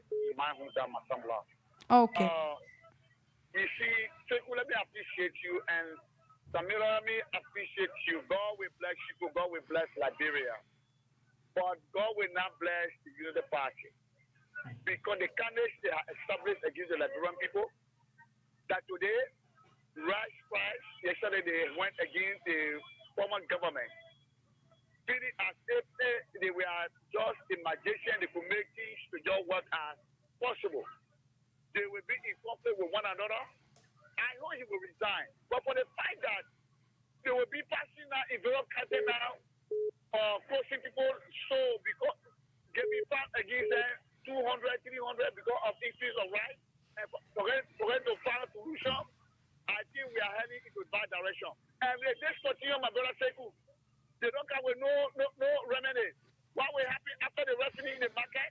There will be a serious resistance in this country more than ever we have seen. And God bless the voice of Liberia, and God bless the poor Liberia. Thank you very much. Thank you. Good morning. Good morning, Samira Iseku. Good morning. Peter the Council, I call from Honor the Street Light in Lower Johnsonville. Thank you very much for the fascinating discussion. You know, the issue relating to the rights in Liberia is a very sensitive issue. So, Ami Muda and his guys need to take that in consideration and start scheming the Liberian people. You know, Sekou, what is happening now at the port? The price of bread will increase because these guys, their target is $18.5 to $20 US. That should be the cost price. So what their major thing and the major strategy they're using is to create artificial shortages, and which will put a huge burden on the government. This happened, they did with WIA, and this is Joseph Boakai's own coming. From June to July up to August, you realize that there will be an artificial shortage of rice that will bring about a massive increase in the price of rice. And the government will be in a fool to succumb. So Amin Moda needs to be able to face the reality and start scheming around here. You can't fight these guys. That's it. They can put to us clearly. I said right now you go to the port, K&K, they only sell for 1 hour and close. You go to Fuanin, they sell for 1 hour. You want even 100 bed, they give you 25 bed. That is a process that is ongoing now. When the people start to do like that, you make noise. And when you make noise, and then it will bring some attention. Why will importers be having more rice and don't want to sell? So that the process going on now. That what the rice dealers are doing now. The rice importers don't like it cool. We need to have a nationwide protest against them where they will not sell. Absolutely, I think that would be the best solution. Oh yes. But that's what they're doing now. The rice importer think that they will use our country, enrich themselves, and go against us and rule us. They are not the leaders of this country. They are just business people. And we really need to come together. So Amin Moda need to start scheming here. No, okay, thank you. I'm getting reports that he has tendered in his resignation. It's not confirmed 100%. Let me take Musa Sharif. Musa, good morning. Good morning, Brother Sharif, and good morning to Ms. Wola. Good morning to the people of Liberia. This I will coming strictly like a businessman. Yes. Okay, so in this matter, the government is not right. The business people are on the right side. So, business, the essence of business is to make profit. Certainly. Business people secure their money from different sources. And those sources, they also have other conditionalities or conditions attached to them. To bring a ship of rice from Thailand or India or Pakistan or Bangladesh into Liberia, you have more financial conditions attached to them before they get to you, must say, closets or what they call pantry or what have you. So the government also has what we call taxes attached to getting the rice to your pantry. If the government is serious about reducing the rice from $18 to $7, let me say this, or from 18.5 to 10.5, yes, they are conditioned to it. First, in order to acquire the license to import rice, government should waive that. To Liberians, once you have the money, you don't need to pay for license to import rice.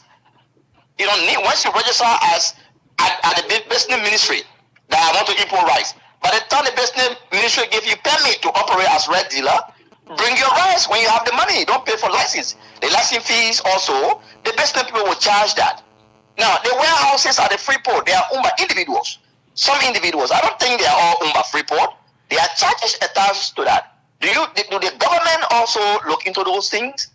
Government should also make sure that the charges are the Freeport to maintain your rice. The rice are not kept at Freeport free. It's town bound. So the government should come and intervene in those areas. That will reduce the price of rice. And then the taxes pertaining to importation, to the import levy tax. The government should, look, you can't have, I say, so you can't do a kick and have it. The government cannot benefit wholly from taxes, and those owning the warehouse, from their money, their return for the warehouses, and the license, and the RPDs, and the rest of it. Then you expect the rice to be at the same price. No. But the thing we put in here is, yes, all the current rice we have in the country were not rice that prices were increased from India or Thailand or someone else. They were all rice that are early in the country or on their way to the country. They were not increased. But now they want to use that means to increase it so as to suit them for their next importation, which is unfair to the Liberian people. I agree somehow. Let me tell you this as a businessman also. If you have your inventory in the house, you buy it $10, and the international market is shooting. Believe you in me, when you sell it at $10, you will never want to buy again. You can buy. Inventory, there's no called inventory valuation. But Liberians should not be at the victim point. The Minister of Commerce should have done the Ministry of Commerce should have done the due diligence along with the president and other people instead of him just coming up and saying what he said lonely. In this case, I'm against the government. You gotta get that straight. I'm not against the businessman. The businessman bought at $10, and the international market is shooting at $15. You don't expect to sell an inventory at $10. You will never able to capture. Okay. Look, these things are internationally. These are conditions that the world is moving forward with things. Their production costs. Okay. The government, if the government, we elect the government to intervene on our behalf. You have to drop certain things. The government should drop certain desire. The government should come and intervene and say, okay, say it says our taxes amounting to $3, instead of you paying $3 on the aggregate, instead of you, the importer, paying $3 on the aggregate and making the rice to be $18, we will drop $2.50 as a government for the people and by the people. We will drop $2.50 and the $2.50 will be automatically dropped. Okay. The money does not belong to the businessman. Okay, Musa. Thank you. That's it. Yeah, okay. Thank you. Thank you very much. Thank you. Let me move on. Let me move on. Like I said, it is not confirmed yet as to the resignation of Ami Moda, but it is what we're getting. It is what we're hearing from sources and other folks that he has been asked to resign or be dismissed. We're waiting to see how he plays out, whether it is true or it is false. Let's move on to this rape issue. Then we join our guests. Federal Liberians on Friday, or before Friday, on Thursday, I did a post. And that post, it was alleged that Yusuf Belete allegedly raped a 12-year-old child. A 12-year-old child that has been staying with he and his girlfriend. And that child was being abandoned allegedly at a wayside. And when she fell off from her campus, she was being taken to a nearby clinic where it was confirmed that she was raped, allegedly, and then onward to the police station. And the police station, there's a guy named Seku who heads such department, wanted to play with the case. And I want to say thank you to Sheba. Sheba, who is the nurse that helped this little child.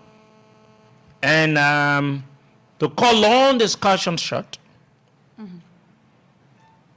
the case was being tampered with by the police depot at Salem Depot in Elfield, and they also did a quasi-medical report indicating that the child was not raped. And it was that report that Yusuf Belete was depending on, that they would take to the headquarters of the Liberia National Police or whatsoever to reject the allegation of he allegedly raping that child. You know, in a common saying, it said, God can sleep. Yeah. Luckily for that issue, some of us got involved.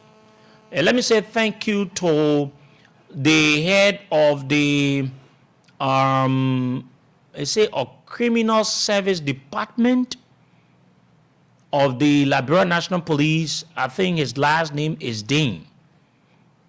And also let me say thank you to his deputy, Blake. Honestly, if we have people of such in our country in positions, they are not perfect, but I think they've got certain standards. The police will be better. When we went at the headquarters for the Liberians, let me say thank you to Victor Buyol, who called that issue had reached the level the senior level of the Liberia National Police, and he was asked to get it under the control of the LMP. We went to his office on Friday, and he did extremely well. I want to say thank you to you, Victor Buyol. He took us to the offices of the chief, I think, the criminal service department, if I'm not getting right, but I think that is it. And we met with the head dean, along with Blake. What the guys displayed gave me reasons and make me to believe that there are good people in our country. Yeah. Yeah, some of the things. When we sat there, and Buyo introduced me to them, and I said, yes, I'm Seku. And let me say this for you Liberians that are listening. I don't have any personal issues against Yusuf Bility. Yusuf Bility has done nothing wrong to me. We've never crossed paths. I don't know him in person. Yeah. He doesn't know me in person. Maybe we saw each other on social media. He has done nothing wrong. He has not harmed me, and I have not. And so, no one should think that, oh, somebody want to bring Yusuf Bility down. Like I'm hearing from other people, oh, he wanted to get money from the man. Let me say this is not about bragging, but I'm well better off than Yusuf Bility in everything. I'm not bragging. I don't want it to look like I'm bragging, but sometimes you people push us to say some things. I'm well better off than Yusuf Bility. I'm not bragging. It comes to money, I afford that he does. So to say, oh, Seku wanted money from Yusuf Bility, the salary that he makes, I double that a month. I'm told he makes around 3,000 a month or something little below that. I make that doubles a month. Now the money, that the work, your money, you say somebody for So I'm not bragging, but I also help people in different ways than that. So when somebody come and say, oh, yes, yeah, let it wait.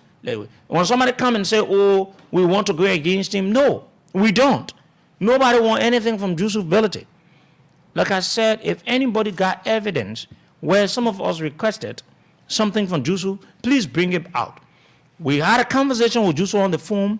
It is Yusuf's right to have recorded us where we were asking him to give money, if only if we did. But I just want to disabuse the mind of the people. So when we went in the offices of the head of the criminal service department, the two guys, Dean and that Blake, let me say you guys got my respect and admiration. You know what they did? In front of us, they called the guys to bring the file, including that corrupt commander of Shuffling Depot or whatsoever, Sailor Depot or whatsoever, ELFE. Then they asked the guy, when this case was reported to the LMP, they said on the 21st. Imagine. They didn't ask them, you mean on the 21st this case was reported? On the 22nd? On the 23rd? On the 24th? Where is the alleged perpetrator? You know what they said? We call him, he just coming. So Dean asked, are you saying to us that since this case was reported, you did not contact the alleged perpetrator? That was the one flaw that shows that they were up to something different. Then he asked for the medical report. When they showed the medical report, the other guy there wanted to defend, but this medical report here, it shows nothing that the girl was raped. Then I reminded them, I said, the first hospital she went to, it is reporting that she was raped. Then the guy that was talking, I don't know his name, he said, yeah, it's true, even though it was reported, but it's not a recognized thing, and this is not a report. He disqualified.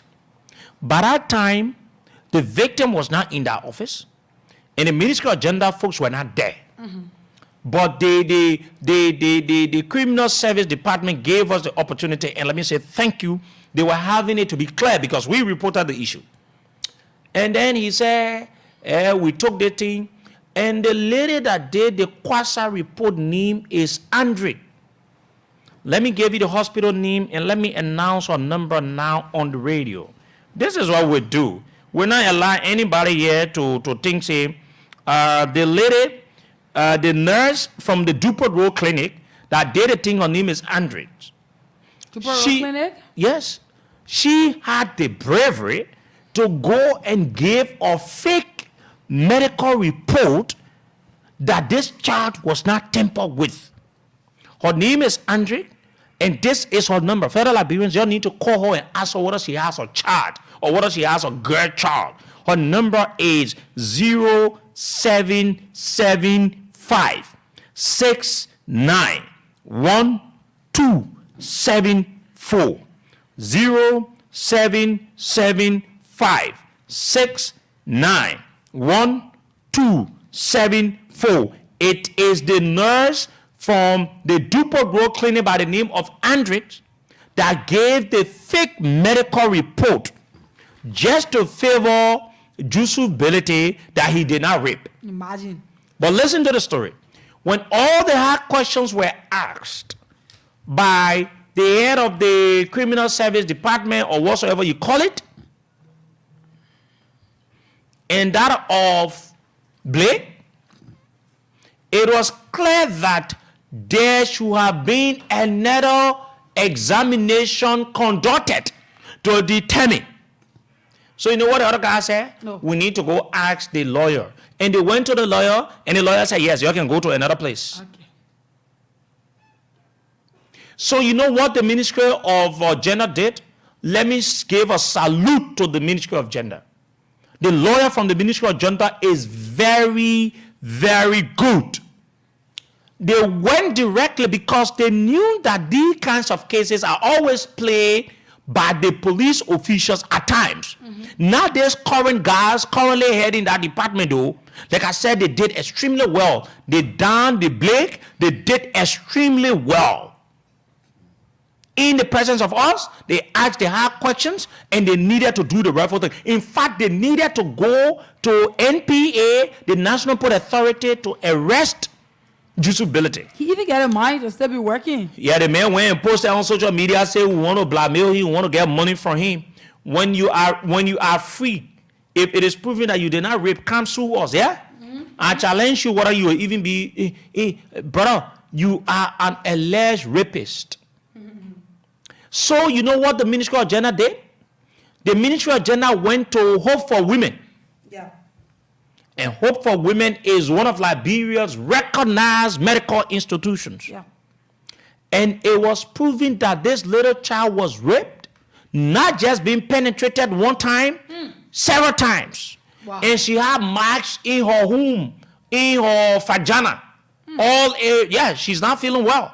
All these things are showing.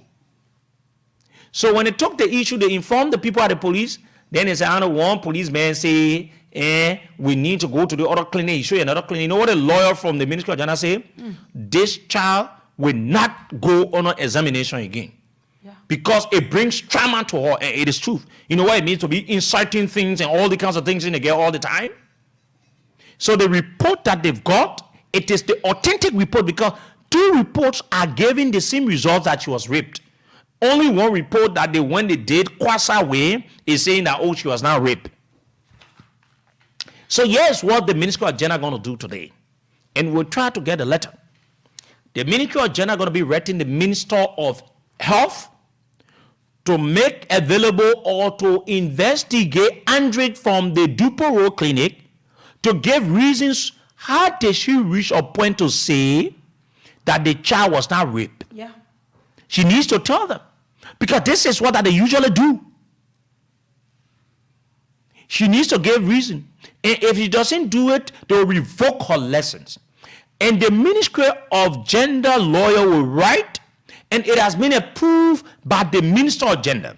They will write the Inspector General to investigate Sekou Touré to give reasons why the case was reported on the 21st. Up to the 24th, they did not arrest this man.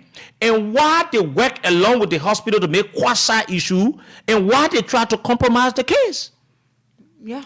And another thing that they need to do, They need to get the mother or the stepmother that the lay girl said she had told her about the alleged rape, but she did not do anything about it. And also the Samuel. Fellow Liberians, we are calling on the police to go after Samuel. Yeah.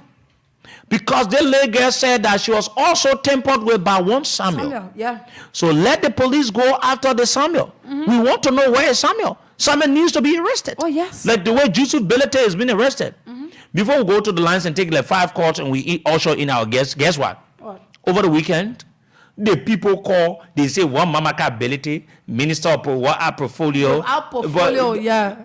You know, sometimes when I talk, then they say, oh, what's in everything?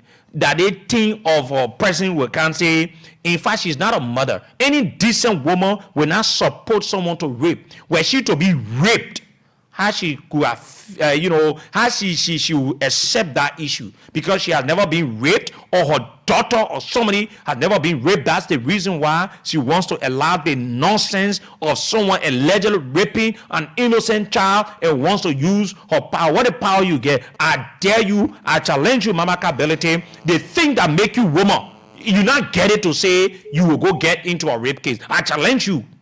The thing that made you woman, you not get it to go join into a case and say, oh, you will go and go after somebody to go free somebody from a rape case. I challenge you. Try it and see whether you have the power to do it or not. Try it and see. So over the weekend, I have some pictures. I don't want it to look like as if to say, hey, somebody is against or whatsoever. But they have family members. They went to the Supreme Court, talking to people from there, doing everything to come and free the people. Let me say a salute to the Criminal Service Department of the Libera National Police for standing their ground. And let me say thank you to the Inspector General of Police, Gregory Coleman, for standing his ground that this thing will not be compromised and the right thing will be done. Anybody trying to compromise a rape case, that person is not a human. You mama ability when your daughter or any of you could be raped, how you think you will feel that you want to support it because this person is a relative, because you're somewhere, then you think, say, oh, you will take them off. I challenge you. And yeah, I said before we go to the lines, this is where I don't take any of these civil society groups serious. If this could be a minister's daughter, yeah, or somebody big in the country daughter, you will see their heads. They call themselves women out in the streets. We want justice. They're wearing black. But this, that poor child, yeah, she has no strong backing. Yeah. So you're not hearing them talking. They will not have press releases. They will not come out in the street. They will not say anything about it. But when this child could be from the elite background, then you see them bringing themselves out. We want justice. We will protest. This is what we want. This is it. Now you see, this country is not a serious country. All the people that call themselves women's civil society organizations, they are not serious people. But now they're even supposed to be coming out with press releases. But now they're supposed to be speaking. Where are they? Yeah. Where are the women groupings? Where are the institutions that support women? Where are they? They are not saying anything. It is only the Ministry of Gender and us. We are fighting this case. They are nowhere to be found. But if it could be a political reason because they get a political affiliation to certain thing, then they can, oh, rape is too much in the country. We want rape to stop. In the streets. The person was raped. The other person was raped. But now no one talking about it. Nobody talking about it. Let's take calls. Just to report to you, Yusuf Belete is in the police cell. I think there are laws. Today, the Ministry of Gender should be making her reports available, I'm told. And then they go into it, and the referral charges will be made. And if it is, and if it is proven that he allegedly raped the child, he will bear the weight of the law. No one is above the law. From all indications, from what we've gathered, and the pieces of evidence and the medical reports, it is saying, it is alleging that Yusuf Belete and the legs of Samuel, they allegedly raped that child. Let's take a few calls, and then we'll join our guests. Go 0770 907 907 0770 907 907 077900335. 077900335. Let me take this person. Who's this caller? What's your name? Good morning, Libera. This is the voice of Abubakar Sidik Dukla, connected from District 17. Go ahead. Thank you ever so much, big brother. I actually love the human part of the show. You are actually giving hope to this family. Thank you ever so much. I will only commend you for what you are doing for the Liberian people, because according to you, the explanations you just explained on the show, you don't know the both party. But your advocacy have actually tell me that you have the human part about you, and you mean well for Liberia. Thank you ever so much. I only want to commend you. Thank you, my brother. Thank you very much for that. Let me take it from this side. Good morning. Good morning, Samira. How are you in Seku? I'm okay. Where do you join us from? Your name? My name is Peter T. Arrow Yoko, calling you from Banga City, Bon County. Okay. Thank you this morning for the show. Thank you for the many things that you people have said over the station. And what I want to recommend again to Seku is that for me personally, I decided to work with you people, right? To be able to pass some of the legal things that are going on, and then that I can outreach you people, that we can forward it in this country, right? But in case we are people that have girls, children. There are people that are compromising raping cases, right? Around the villages, around the town, and even at the police station. There are people that are compromising the raping cases, and they are spoiling our children. And compromising a raping case, it will never be better for anybody, child, for that matter. So I will not like that. For you people to incorporate me, to work with you people. Thank you very much. Thank you. So continue playing the cash giveaway. We have winners here. We will call them before we go over to our guest. *799# and then you put in number 8 for Voice of Liberia, and then you put in your 100 LD or your 70 cents and be able to win yourself 2,500 LD or its equivalent. And like we said, the jackpot starts this week. So many things that you'll be winning on Wednesday, there's a prize that you will win. And on Friday, there's also a prize. On Friday, you're going to win a bigger amount. So it starts this week. Continue to play. Be one of our lucky winners. Good morning. Good morning. Morning. Go ahead. Good morning. I'm okay. All right, this is Imam Mohammed, the family calling from Johnson. Okay, be a bit audible, please.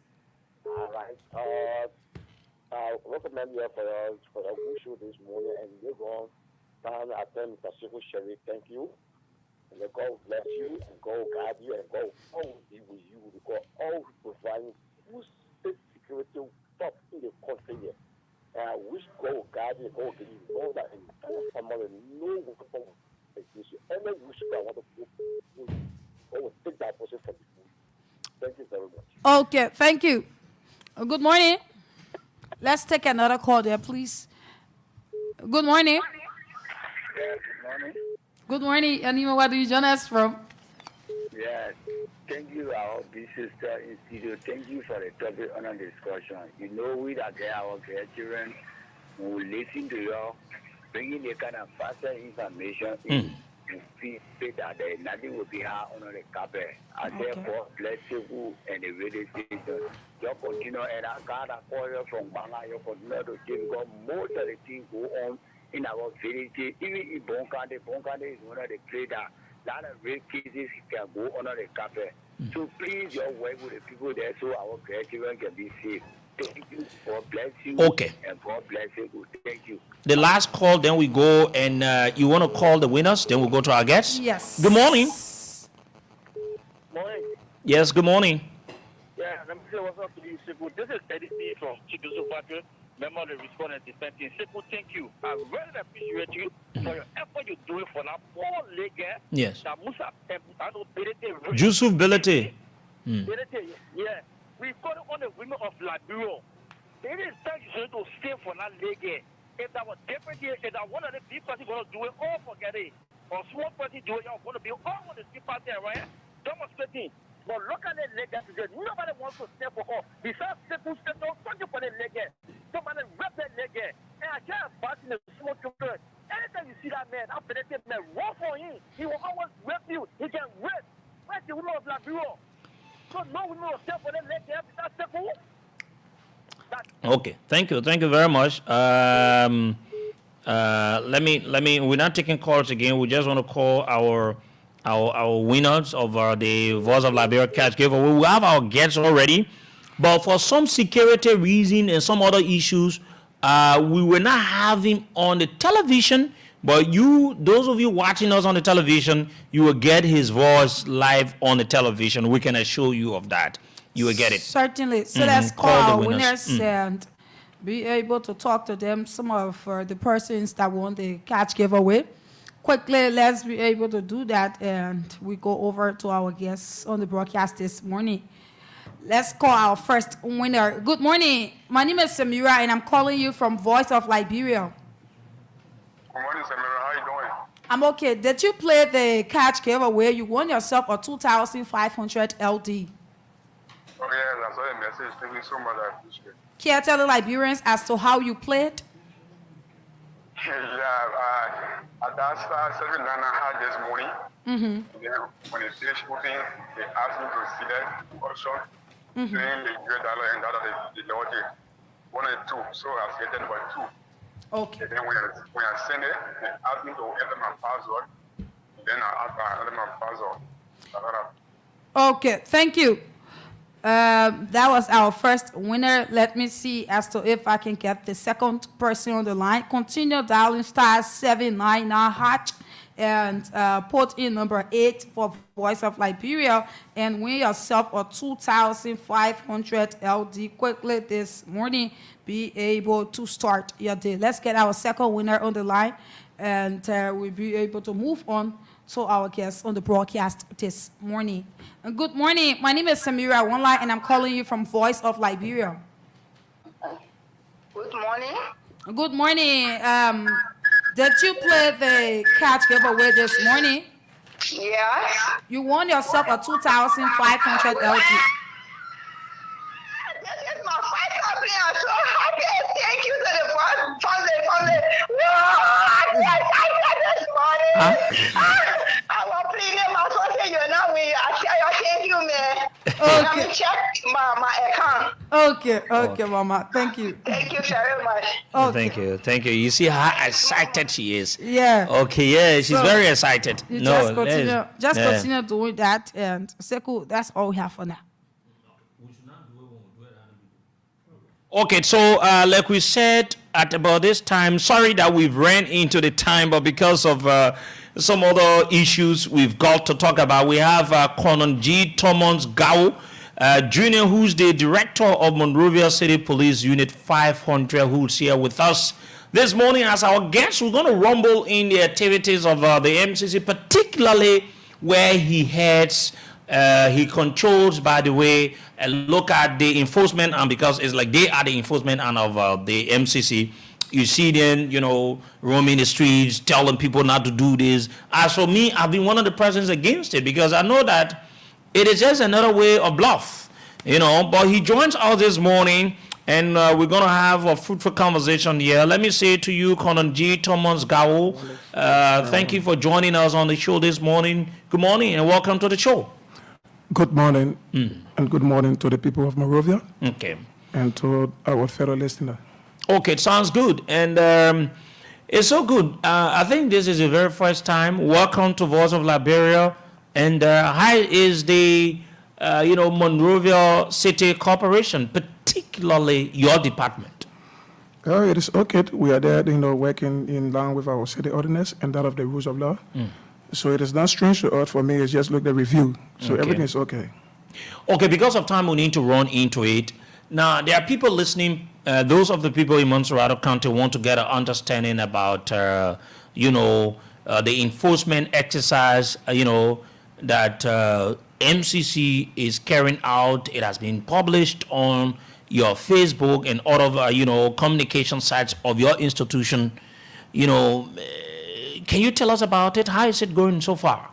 We started during the first Saturday where we launched the operation at the 72nd Boulevard, Okay. in person of His Lordship, Honorable John Charu CFR, and we started coming along the Congotown Boulevard, and we decided to do this every Saturday. Should it be just for Saturday? Okay. And our operation is not, sorry, I'm not using the word enforcement because enforcement is sound harsh in the masses here. Okay. We are carrying on, an engagement exercise in parental of community policing. Reason being, we need all of their collective efforts. It is not, city government alone. We are calling everybody because at the end of the day, we achieve our goal. We always sit there and celebrate here. We got a clean, safe, and green environment. Okay. So are the citizens in compliance or accepting your word that you just used, trying to get the city to be clean and people should abide by the laws that are being placed out there? Yes, they are, but always, when you start operational days, you always find some people in defiance. Okay. But I can speak to you, we got a majority that's in compliance. Like the group I met at the Slayway, when I was clearing the Slayway, and before reaching to the bridge, they themselves left the community on the unification day. They came with their shovels and broom, and they joined the exercise. Those are the JFK, they joined the operation the same way. Even the group at the 72nd Boulevard, they were all happy and celebrating the process because we told them our aim is not to move you from the street totally, is to rearrange you. So they were happy to embrace us, and they are still calling us. Some people calling us in Waterside, some people calling us on the The citizens themselves? Themselves. Now, this is what political pundits to think and say. Why is the city police out in the street cleaning now and they were not seen out in the street during the past administration? No, the first, let me de-basify the church. The information provided is from the better of the devil. That is far from true. Okay. The city police in past government, we were in the street. I gave you a few occasions. That proper bus stop, Okay. we cleared the proper bus stop and opened that corridor. The Waterside issue, I took the lead. We cleared Waterside. And at the end of the day, people were told to paint their store red, white, and blue. Okay. So it's not because of today. Our action is not based upon, regime. Our action is based upon the rules of law and the code of conduct. So you serving as the head of the MCC police, how do you feel, cleaning up the streets with your men in uniform? Sometimes some people say other things that you are harshly responding to some of the issues. How do you feel? I feel very firm because it is not strange to me, as I say, it's just a review. On the academy, when we were there, and sometimes when we take charge of our recruits, we sometimes train them to what we call cleanliness. Because the Bible makes it clear, cleanliness is next to godliness. And in security terms, we call it chicken parole. We clean in the morning, we clean 12, and we clean in the evening. So, taking the lead to demonstrate what would be important to us, I don't think it should be, a story that people will be carrying the director is sweeping in uniform. No, we should take the lead. This is what that has been parading, and if I don't ask you this question, then I will be unfair to myself. Most of the people think that you were appointed based on friendship with the former Lord Mayor of the city of Monrovia, Jefferson Koji, or because of this, something they will say, the body lifting, but you are not qualified.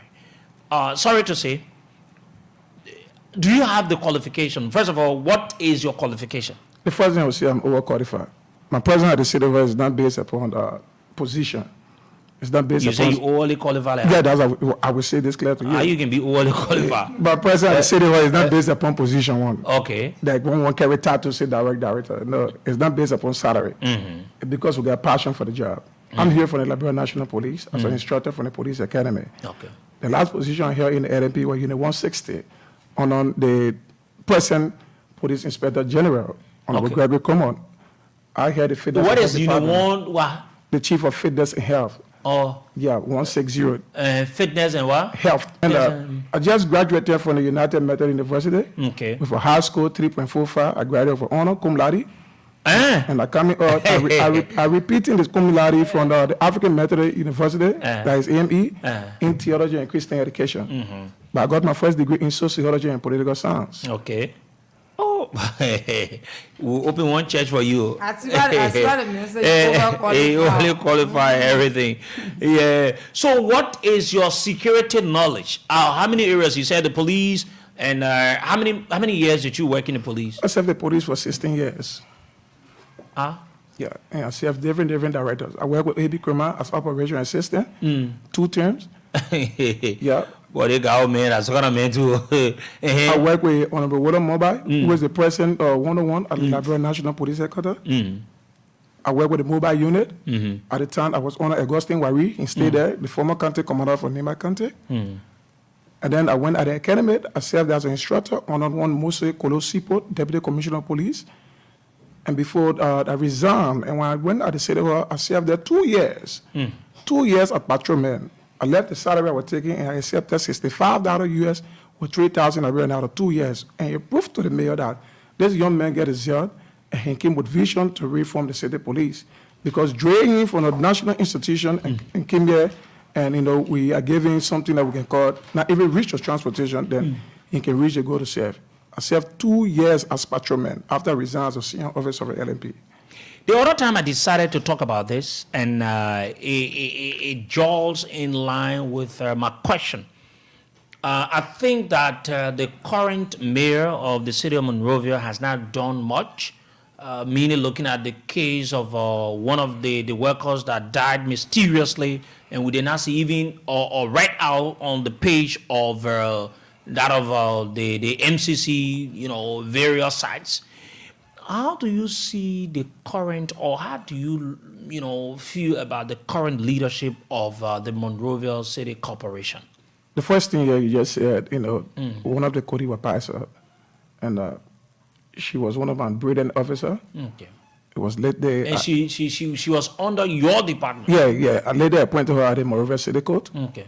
And if you didn't see the red out from the city government, I don't know from which state she's speaking from, because I was spokesperson in person of Pekere Boape. He did a red out immediately. The next day, when she was announced from JFK dead upon arrival, he did a red out before even reaching to the mayor. And we published it on my page, on the MCC page, on almost everybody's pages. 2, the mayor reached out immediately to the family. We have series of meetings with the family. We went there and we gave a token to keep the weight keeping, not the weight keeping for the math going on. And the mayor was in person doing the burial. He abandoned his business meeting with some senior stakeholder. And he spent the rest of the time there. He was there until we lay her to rest. And after, he met with the family. He even have a conversation with the children that she left behind. So the mayor still playing a major role. Now he still playing a major role because he stay in conversation with the family. So what is the relationship like? With who? The new working relationship. You With just came from a new boss. Yeah, the mayor. And there were some things that a new boss did that you got adjusted to. Now coming to this new one, have you got adjusted to the new leadership of your boss, or you find it difficult to get adjusted? No, in the security arena, we're not say difficult because it is something we are schooled to. Okay. What the old mayor left, and did extremely well, which of course we can praise him for that. They say give the mayor flower when they left. And that of what the new mayor is speaking of from, it is the same format he is going by. If any form of mistake there will be correction. And the new mayor is doing extremely well to say this. Even though he have not stayed long, we just entered, I think, the 5th month, if I'm mistaken. And for what I've been seeing, and he is someone that is very selfless compared to the past mayor. He is someone that is very selfless and reach out to people to know your needs, your wants, in open corridor for you to have conversation with him. This is the type of leader we are looking for, and the type of leader we are all talking about here. And in the field, he also present himself and partake in every exercise that we, enforcing or carry on. You understand? So it's nothing strange. It's just a review. So were you to make comparison about the current, mayor of the city of Monrovia and that of the past, what can you say about them? Like I said, the new team just entered and looking for where he started from. We have now gone 5 months, yes, this is the 5th month. So we stay observing, and what we started seeing, they say, well, the Christmas will be good, from the eve. And when he has started doing, I know that he got his job and he got a vision. So you grade this new one, then the old? Not the matter of grading the new one than the old. I'm still telling you that what I've started to see for him, it tells me that the future will be good.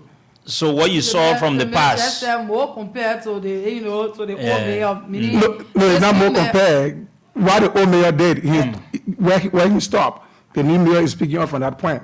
So there are something new that you bring in that the old mayor, was not having the time to introduce or to bring. because of the political, time factor. But if some leader can come in, they can destroy what they made there. You understand what I'm saying? But this young man came and decided to go by the pace. That's what I'm saying. If a leader operated that without fear and favor, without a political stigma, it tells you that you got a vision. So, in short, there's this rumor that, I don't know, loyalty should be to your immediate boss always. Yeah. It should not be where you want to be giving a loyalty, even if the person is not. It endangers the current job of any of you. There's this rumor that you stay chip out conversations. You are in deep conversations with the former mayor of the city of Monrovia onto the running of the city of Monrovia, the MCC, relating to your boss and some of the things taking place. Is it true that you still have this deep conversation about the city corporation to the former mayor of the city of Monrovia, the Lord Mayor Jefferson Koji? My dear brother Sekou, we don't be afraid of propaganda. Okay. And man form of action will not cause any distraction. So whosoever coming in with yes and this to cause distraction will remain focused to the rules of law. You cannot stop me to talk, stop me from talking to my past bosses. It's just that the people say after relationship is not war. You understand? I hear from the Liberia National Police, as I said. At one point in time during the past election, I was controlling the high water truck. I was the head operator for that truck. And look at my function and action towards the opposition at that time, which was the CDC, and people have different interpretations to say about that. And we were operating according to the use of force and the rules of law also. So coming into the new government at the time when CDC took over, this man didn't know me from anywhere. I didn't know Jefferson Koji from anywhere. He was not my friend. And he opened that corridor to make me serve as the director of city police. Is that you bringing bread on somebody's table. And all of the time I served with him, he was always putting me on the check mark, through advices and things. Even up to present, when he called me, he said, listen to your boss. Whatsoever thing he tells you, that the work you choose to do, the way you take pay from. So do it according to your ethics, and you always praise the new leader, as I said. So they got a right to monitor my phone call to see if I'm discussing any other personal issue with him. But you cannot stop me from talking to Coach. No. I speak to him every morning, asking how he's coming on, and we have a common friendship conversation. And he calls me. But do you tell him about the workings of the city, or where is it? No, that totally against my ethics. We call and speak to each other on a brother and friendship level. So this issue about telling people not to sell on the, do you call it the sidewalk or the street wall? How do you call it? And taking the things of people and all of that. How did you people reach that conclusion? And what is it you're doing in return to some of the actions of yours? Before answering that question, let me first say this. To conclude on the past question. No. So, okay, for example, Honorable John Charles took office, right? And he stayed observing and working with me. So if he having to leave, do you expect me to cut a speech for him? It is up to you. This question goes to the people who making remarks saying that I'm still talking with the old mayor and thing. So to your question, you said the people on the sidewalk, what happened? Yeah, I see you all taking people gasoline, money changers, other things, these petty traders and all the kinds of stuff. People are taking them off the streets beside the road. Sekou, I can remember when last you came to Monrovia. If you look at Monrovia now, especially the Broad Street. Hey, you guys asking me when I came to Monrovia. Yeah, because the time you came compared to now, it's totally disarranged. Sekou, you cannot find Broad Street. Yeah. You see people sit on Broad Street and sell cobalt, pour copper there, and you expect people to talk to them, they wear kosu, sit down in ministries and eat to that place. And the most careful part about it, people sell gas near the copper, where the woman roast or corn, roast cassava. Gas should be sold at the station from the tank to the cap tank. You understand what I'm saying? Go to Dunkin' gas station. The guys are on the road with almost 160 gallons, selling, all in the name of how we live, how we eat. We didn't do this ourselves. Nobody will come and do this for us. So we say this to them, though, go in the community and open your gas station. Forget about selling on the street. Forget about selling to a school zone. Forget about selling gas to a hospital zone. It is not safe. If you are saying to a face fire, if I can conquer you, what next will you do? Or what else will I do? To run for that gas and see our best to destroy you because I feel that you got the ability and the opportunity. And which, of course, I observe my level is apchapati. So gas selling is totally zero tolerance. You see gas, you see perishable goods, No matter we arrest perishable goods, we don't keep it to City Hall because it will spoil. We take it to the prison compound and it's signed for it. Other goods are being confiscated, we keep it at the City Hall. We got a team from the revenue session and a team from the finance session. Police is not playing with money. They will raise your bill, you go pay it to the bank. In the account, City Hall account, they give the account number, you pay in the City Hall account. The only thing police interested in, the copy of raising the bill and the copy of the deposit slip. So now look, you can stand from 72nd Boulevard and look as far as Broad Street, you see how the city get here face back. You understand what I'm saying? You go to Slipway down, you see the place is totally in order because when you cross the bridge, that's the entry pass of the city. Yes, some of the complaints coming from those of the people that tend to be victims of your operations. They say that when you people take their things, they don't get it so easily. No, that's not true. How is it? If the goods are being confiscated, taken to City Hall, you come at the charge recorder, to take your particular. When they take your particular, if I say we can even do a video before even arresting the goods, we got a covert officer doing a video that you were caught in violation because we're people who can lie. Sorry to say for that word. They were sometimes say without in violation. So we'll do a recording on you. When you come to the charge recorder, we'll play that recording and compare it to your statement. So at which time you know that you are guilty, there is no space for compromising. No. You will get there to the revenue session, they will raise your bill. Okay. When they raise your bill, you go to the bank and go and pay. You know, some of them don't want to pay. And if the goods overstay, we carry it to the court, and the court signs for it. Okay. Oh, that's how you do it? Yes. That's why I've been there. That's why we made it. But sometimes they say even when they pay and get all the things settled, they don't get the exact goods that were taken. Oh, yeah, because sometimes when they pay on paying. You understand? So it gives you people the right to take out some of the goods? No, they will always find means to raise the race issue. Okay. Yeah, because they were not expecting to pay such amount, and the money is so little. How much is it? Below $50. 40, 30, 45, 50, 10, 15, all depends. So what are some of the challenges you face? For now, we are appealing to other partners, be it donors or government, to see how best they can empower and improve our logistical support, because now it is not easy. We are totally automobile. To get my way, I got to ride motorbike. And in the absence of logistics, you cannot find the effectiveness of the police force. For the past 3 years, city police have not been issued uniform. You understand? And I wish, of course, I want to extend a very big thanks and appreciation to one Mohammed Ba and the team and Anasim Blamo. You know, they donated a few T-shirts that we carried and provided some forms that they printed on it. You know, Monrovia City Police. It's not easy. The mayor took over up to present. The mayor is not taking his first pay. Why is it happening that way? Sorry? Why is it happening that way? But the time he took over, maybe they were running through the process to see how best our finance ministry can include you on the pay. And also everything been doing. Institution. Every other thing been doing it from partners and from other donation. So we all need to understand the constraints. More than the mayor have love, but he not make it. No, he will make it because what I see for him. Okay, we have the head of the city police, Thomas Gao, who's the Unit 500. The director of the city police is our guest this morning on the show. For those of you watching us on the television, because of some security reasons, he won't be live on the television, but at least you're getting his audio. Let's get the public participation. Maybe you've got something, you want to say something? Yeah, the enforcement started today, and there are some border points we want to make clear to our people. Okay. Yeah, the first one had to do with rearranging and reorganizing petty traders. Okay. Yeah, before we all understand, petty trader, issue of petty business, that's something that used to be in your hand. Mm-hmm. But now you see some petty business, that's something that you can even open store. Mm-hmm. So it's beyond petty. So they got an organization called the FETIU, which of course we started training the task force. We have some experts from the Liberia National Police Training Academy that have volunteered the effort to train them because we want them to be the first point of contact. Mm. We don't want people blaming the city police, say, oh no, city police taking our goods. That's why they selected people more than ourselves within the streets to serve a task force. They know how to talk to the people. So if they bring your goods to us and it tells you that totally you are in violation, they respect it then. And the petty traders that are selling on various streets, we're not totally moving them from the streets. As I said, we're trying to rearrange them to see how our citizens, our taxpayer can get a free passage.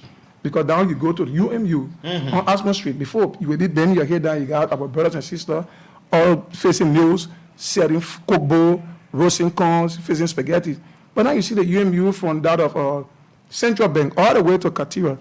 The place totally in order. You can even go to the next county media as I speak to you because there is free passage. And number two, try to do with ensuring that petty traders and street sellers are 20 feet away from bank, from hospital, and from other private, business area. And three, have to do with regulating sellers around schools premises, which I have spoken just now, which is interested to prevent students from being distracted during the school hours. Number four, also talk about restricting sellers, their hospital, we just talked about it, and five, talk about regulating sellers around public facility. And we'll also be going to various businesses, like the hotels and motels, to check the bathrooms and see where they, disposing the waste and how they organize themselves in terms of cleanliness, the bathroom and other share, how the goods into your range. Because you enter some business area, you feel bad. Especially when Mary Brown was once upon acting during the past government. Okay. We went to Town Bakery, lovely bakery. That place was totally embarrassing on live. Okay. So we go in there to make sure everything is in order. It's not about enforcing, it's about educating them, it's about community policing and community engagement. So we need all of the supports. Are you done with it? Yeah, that's the border Okay. I'm talking about. Okay, so let's go to the lines now and take citizens' participation on 0770 907 907 0770 907 907. And the line for the people in Vanguard and other counties, Samara. 0779 003 0779 003 That's the number to call. Let me take this very first caller. Good morning. Good morning, Brother. Yeah, good morning. Please be audible. Good morning. Yeah, morning. Yeah, you're speaking with Prince Go. Okay, Prince, go ahead. Brother, when you ask the director that why the reason the mayor instructed him to stop driving from city on the I can remember one time. They stop what? They stopped the driving from city on Broad Street. The mayor, They stop, wait. They stop drivers from sitting on Broad Street? Yes, the mayor instructed that. But Broad Street are drivers sitting place? If you're standing there, so no reason why you're standing on Broad Street. Okay, I'm just asking you answer. No, you answer. Just get the question. Okay, my brother. Thank you. You just need to get the questions, get them, and then you answer them. Good morning. Yeah, good morning. Good morning, let's hear you. Hello? Okay, let me take this other person here. Good morning. Good morning, sir. Good morning. Good morning to your studio guest this morning. This is Martin calling from Clarendon. Mm-hmm. I'm listening to your guest talking about the past leader and this present leader. Understand? Something I got for him that he asked him, he's looking to talk to. That he said the past leader were not flexible. He was not flexible. Which other people do this, do that. So you ask for you already leader. When the past leader with the general coaching. He was not flexible with he was in darkness with he was not free with he, and we gained that job. So God said that they want to feed him blood in the public, they must to him. Thank you. He's going to answer that. Let's take the next call. Good morning. Morning. Good morning. Your name and where do you join us from? Yeah, Mr. C.A. calling from down there. Go ahead. Please be a bit audible. Let me, good morning to tell the studio this morning. Let me first of all appreciate the effort. I most often in Central Monrovia. He should just continue. Let me Monday for a work. He shouldn't or be detailed. And he continue. When you go Slave-Way, now Slave-Way is completely clean. When you go around JFK like before, you go to JFK, when even the ambulance coming, there's a very serious problem. But as I speak to you, when you go to JFK now, you see people parked on the other side. Even 11th Street, 11th to the bank there, Apple Bank, like before, people get or park anywhere they want to park, tire shop, so they all of this is the whole thing there's a reach for. In recent times, he work. I'm very satisfied with that, and let him continue. Nobody should discourage him. Let him continue. He's working for the Liberian people. Let me able to tell people to this is Monrovia instead of every day go country, go Accra. How the place looking. So let me able to tell people to this is Monrovia. You shouldn't be detailed like I always say. They make it there's an arrangement for cars to not park on Broad Street or churches to not come on Broad Street. That is also important. When more children coming in this country, that's you to go to everybody places. Not only on Broad Street like it have been in recent times. So let you keep all the good wear of Monagao to keep all your work and God will see you keep all you to do your work. Thank you. Thank you. Good morning. Good morning. Good morning. Good morning, good morning. Good morning. Your name and where do you join us from? Samuel Nyima, we are calling from Senghor FE District number 9. Okay. Samara, I must first, of course, commend the studio girl, the director of police of the city corporation. You know, if you look at administration, it's the implementation of public law. For the past time, you see the entire city just upside down. You see, if you think you will run any government with sympathy, it's not possible. You cannot satisfy everybody. I can give you classical example when Maryborough was at the city house. Whenever you go in community, Maryborough come here, people had that fear. But come around, people take the offices to be like more money making. You don't see any kind of implementation. There's a drainage we have here from Rototown to go on the Shepherd. People build up in the case. All over. People living violating everywhere. Yet without any implementation. So the commander or the director of police is 100% right. I think we got to support the public. Thank you very much. Thank you. We will take 3 more calls and we go over to him. Good morning. Good morning. Good morning. Go ahead. This is Gay Solo calling from Gary Street. I just want to say thank you to your studio guest this morning at Dr. Gao. He spoke very well. And for the past time, I think he's been working very highly. As you can see from Ashland Street all the way up. You see how he's working. You see the area around there is very much spatial, very much clear. And then besides that, you can see the 11th Street. And, so I just want the government to assist this guy and giving helping him to see how best he can carry on a good job in the city, let the city get a good facility. Thank you very much, guys. Okay, thank you. Good morning. Good morning, boss of Liberia. Good morning, director of the Liberia City Corporation. If you get to Borough, if you get street, there's a club called Red Lion. What is the police is ready to wear about that club? The only main street. I want you for the director, please. Okay. More precisely, right near the Central Bank of Liberia. Let's take next call there. Good morning. Good morning. How you doing, my sister?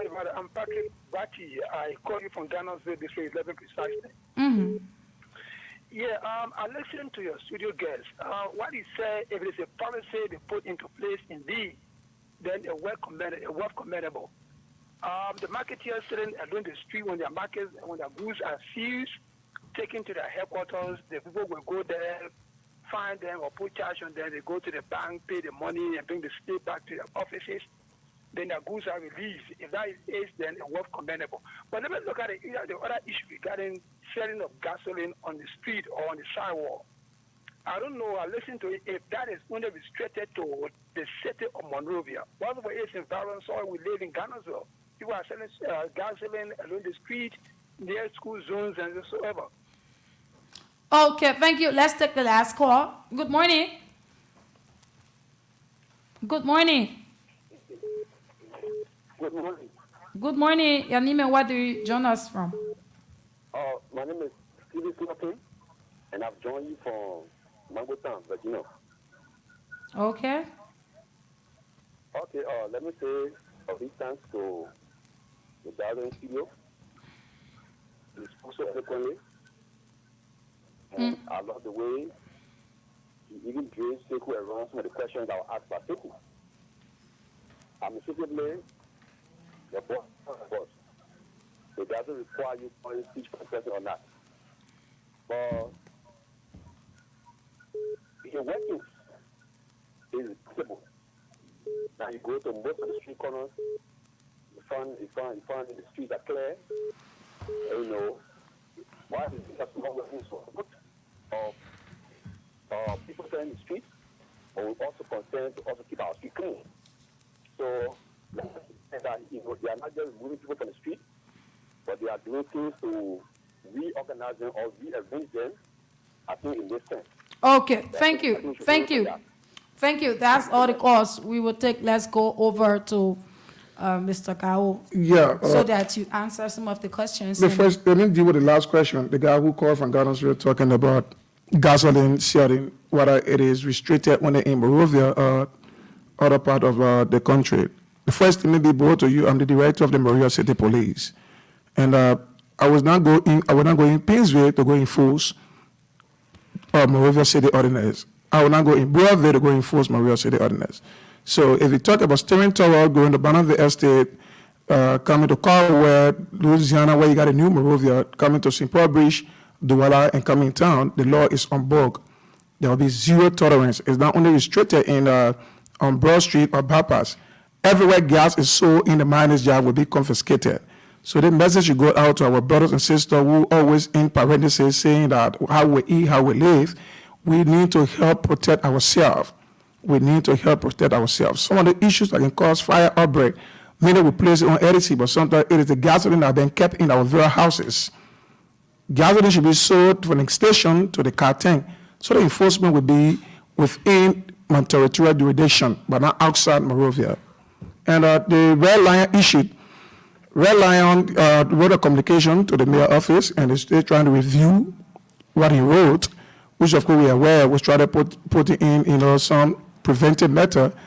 Before you notice that place was closed totally, we opened the road, and there's a passage, and he even appealed to me on a friendly conversation that in doing a renovation, in carrying on a renovation, and at the end of the day, when you get through a renovation, it goes 1, 2, 3 months, they will leave the street. Sometimes too, you're listening to people who pay taxes. It is not all about force. It is all about, giving, listening ear and getting on record. So after the 2, 3 months, which of course he have committed himself on a pen and paper, and at the end of the day, we notice that people stay on the street, embarrassing other peaceful road users, then we can use the rules of law. In using the rules of law is going through the court and get a permit from the court with the sheriff and see how best we can lock your business and then give you a fine. But we're not going there as an officer, leave the road, park your chair, no. So it's already on the docket review. It's not only Red Line, it's all about drink on me.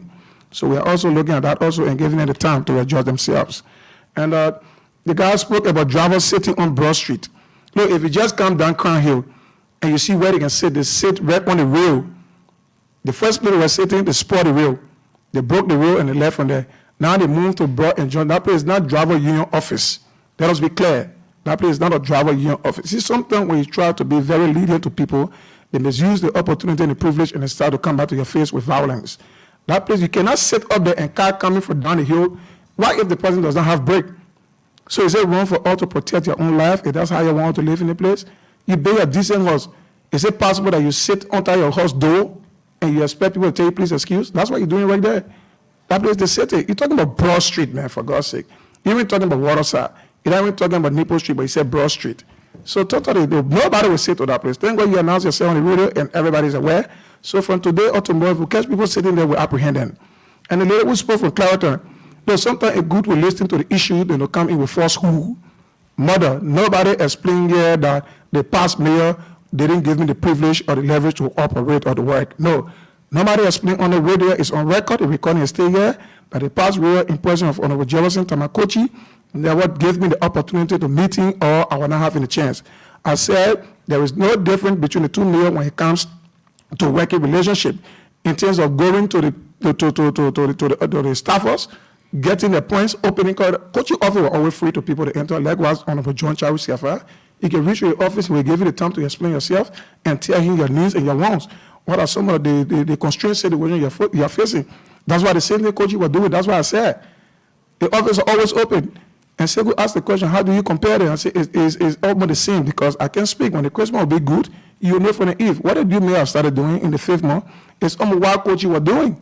In sense of opening, going down to the low man, asking where can we start from, where is your vision for the city? That's what I'm saying. Yeah. And nobody can stop me from talking to coaching. No. I will speak to him, I will visit him, and each time I call him, he always guide me through the process.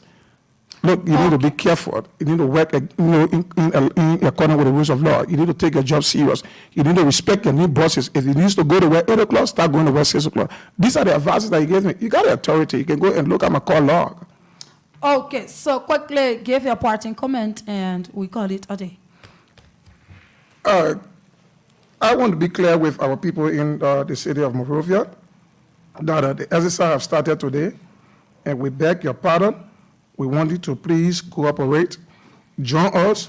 It is not only Monrovia city government employees, even though we have most of our staffers there trying to carry on the enforcement, but we need your collective efforts that today we can be celebrating and say, yes, we did it together. Thank you. Okay, thank you. You heard it for yourself. I would like to say thanks to all of you that followed this broadcast. Indeed, it has been a fascinating one. Tune in on tomorrow at 7 o'clock for another edition of Good Morning Liberia. My name is Samira One. Of course, I have been here with Sekou V. Sharif. Next, you have the celebrity DJ for entertainment. The next program you will hear on this radio will be Bits and Pieces at 3 o'clock with Sam Andrews and Edwin Melvin Jua. I have been Samira One. To have yourself a pleasant day.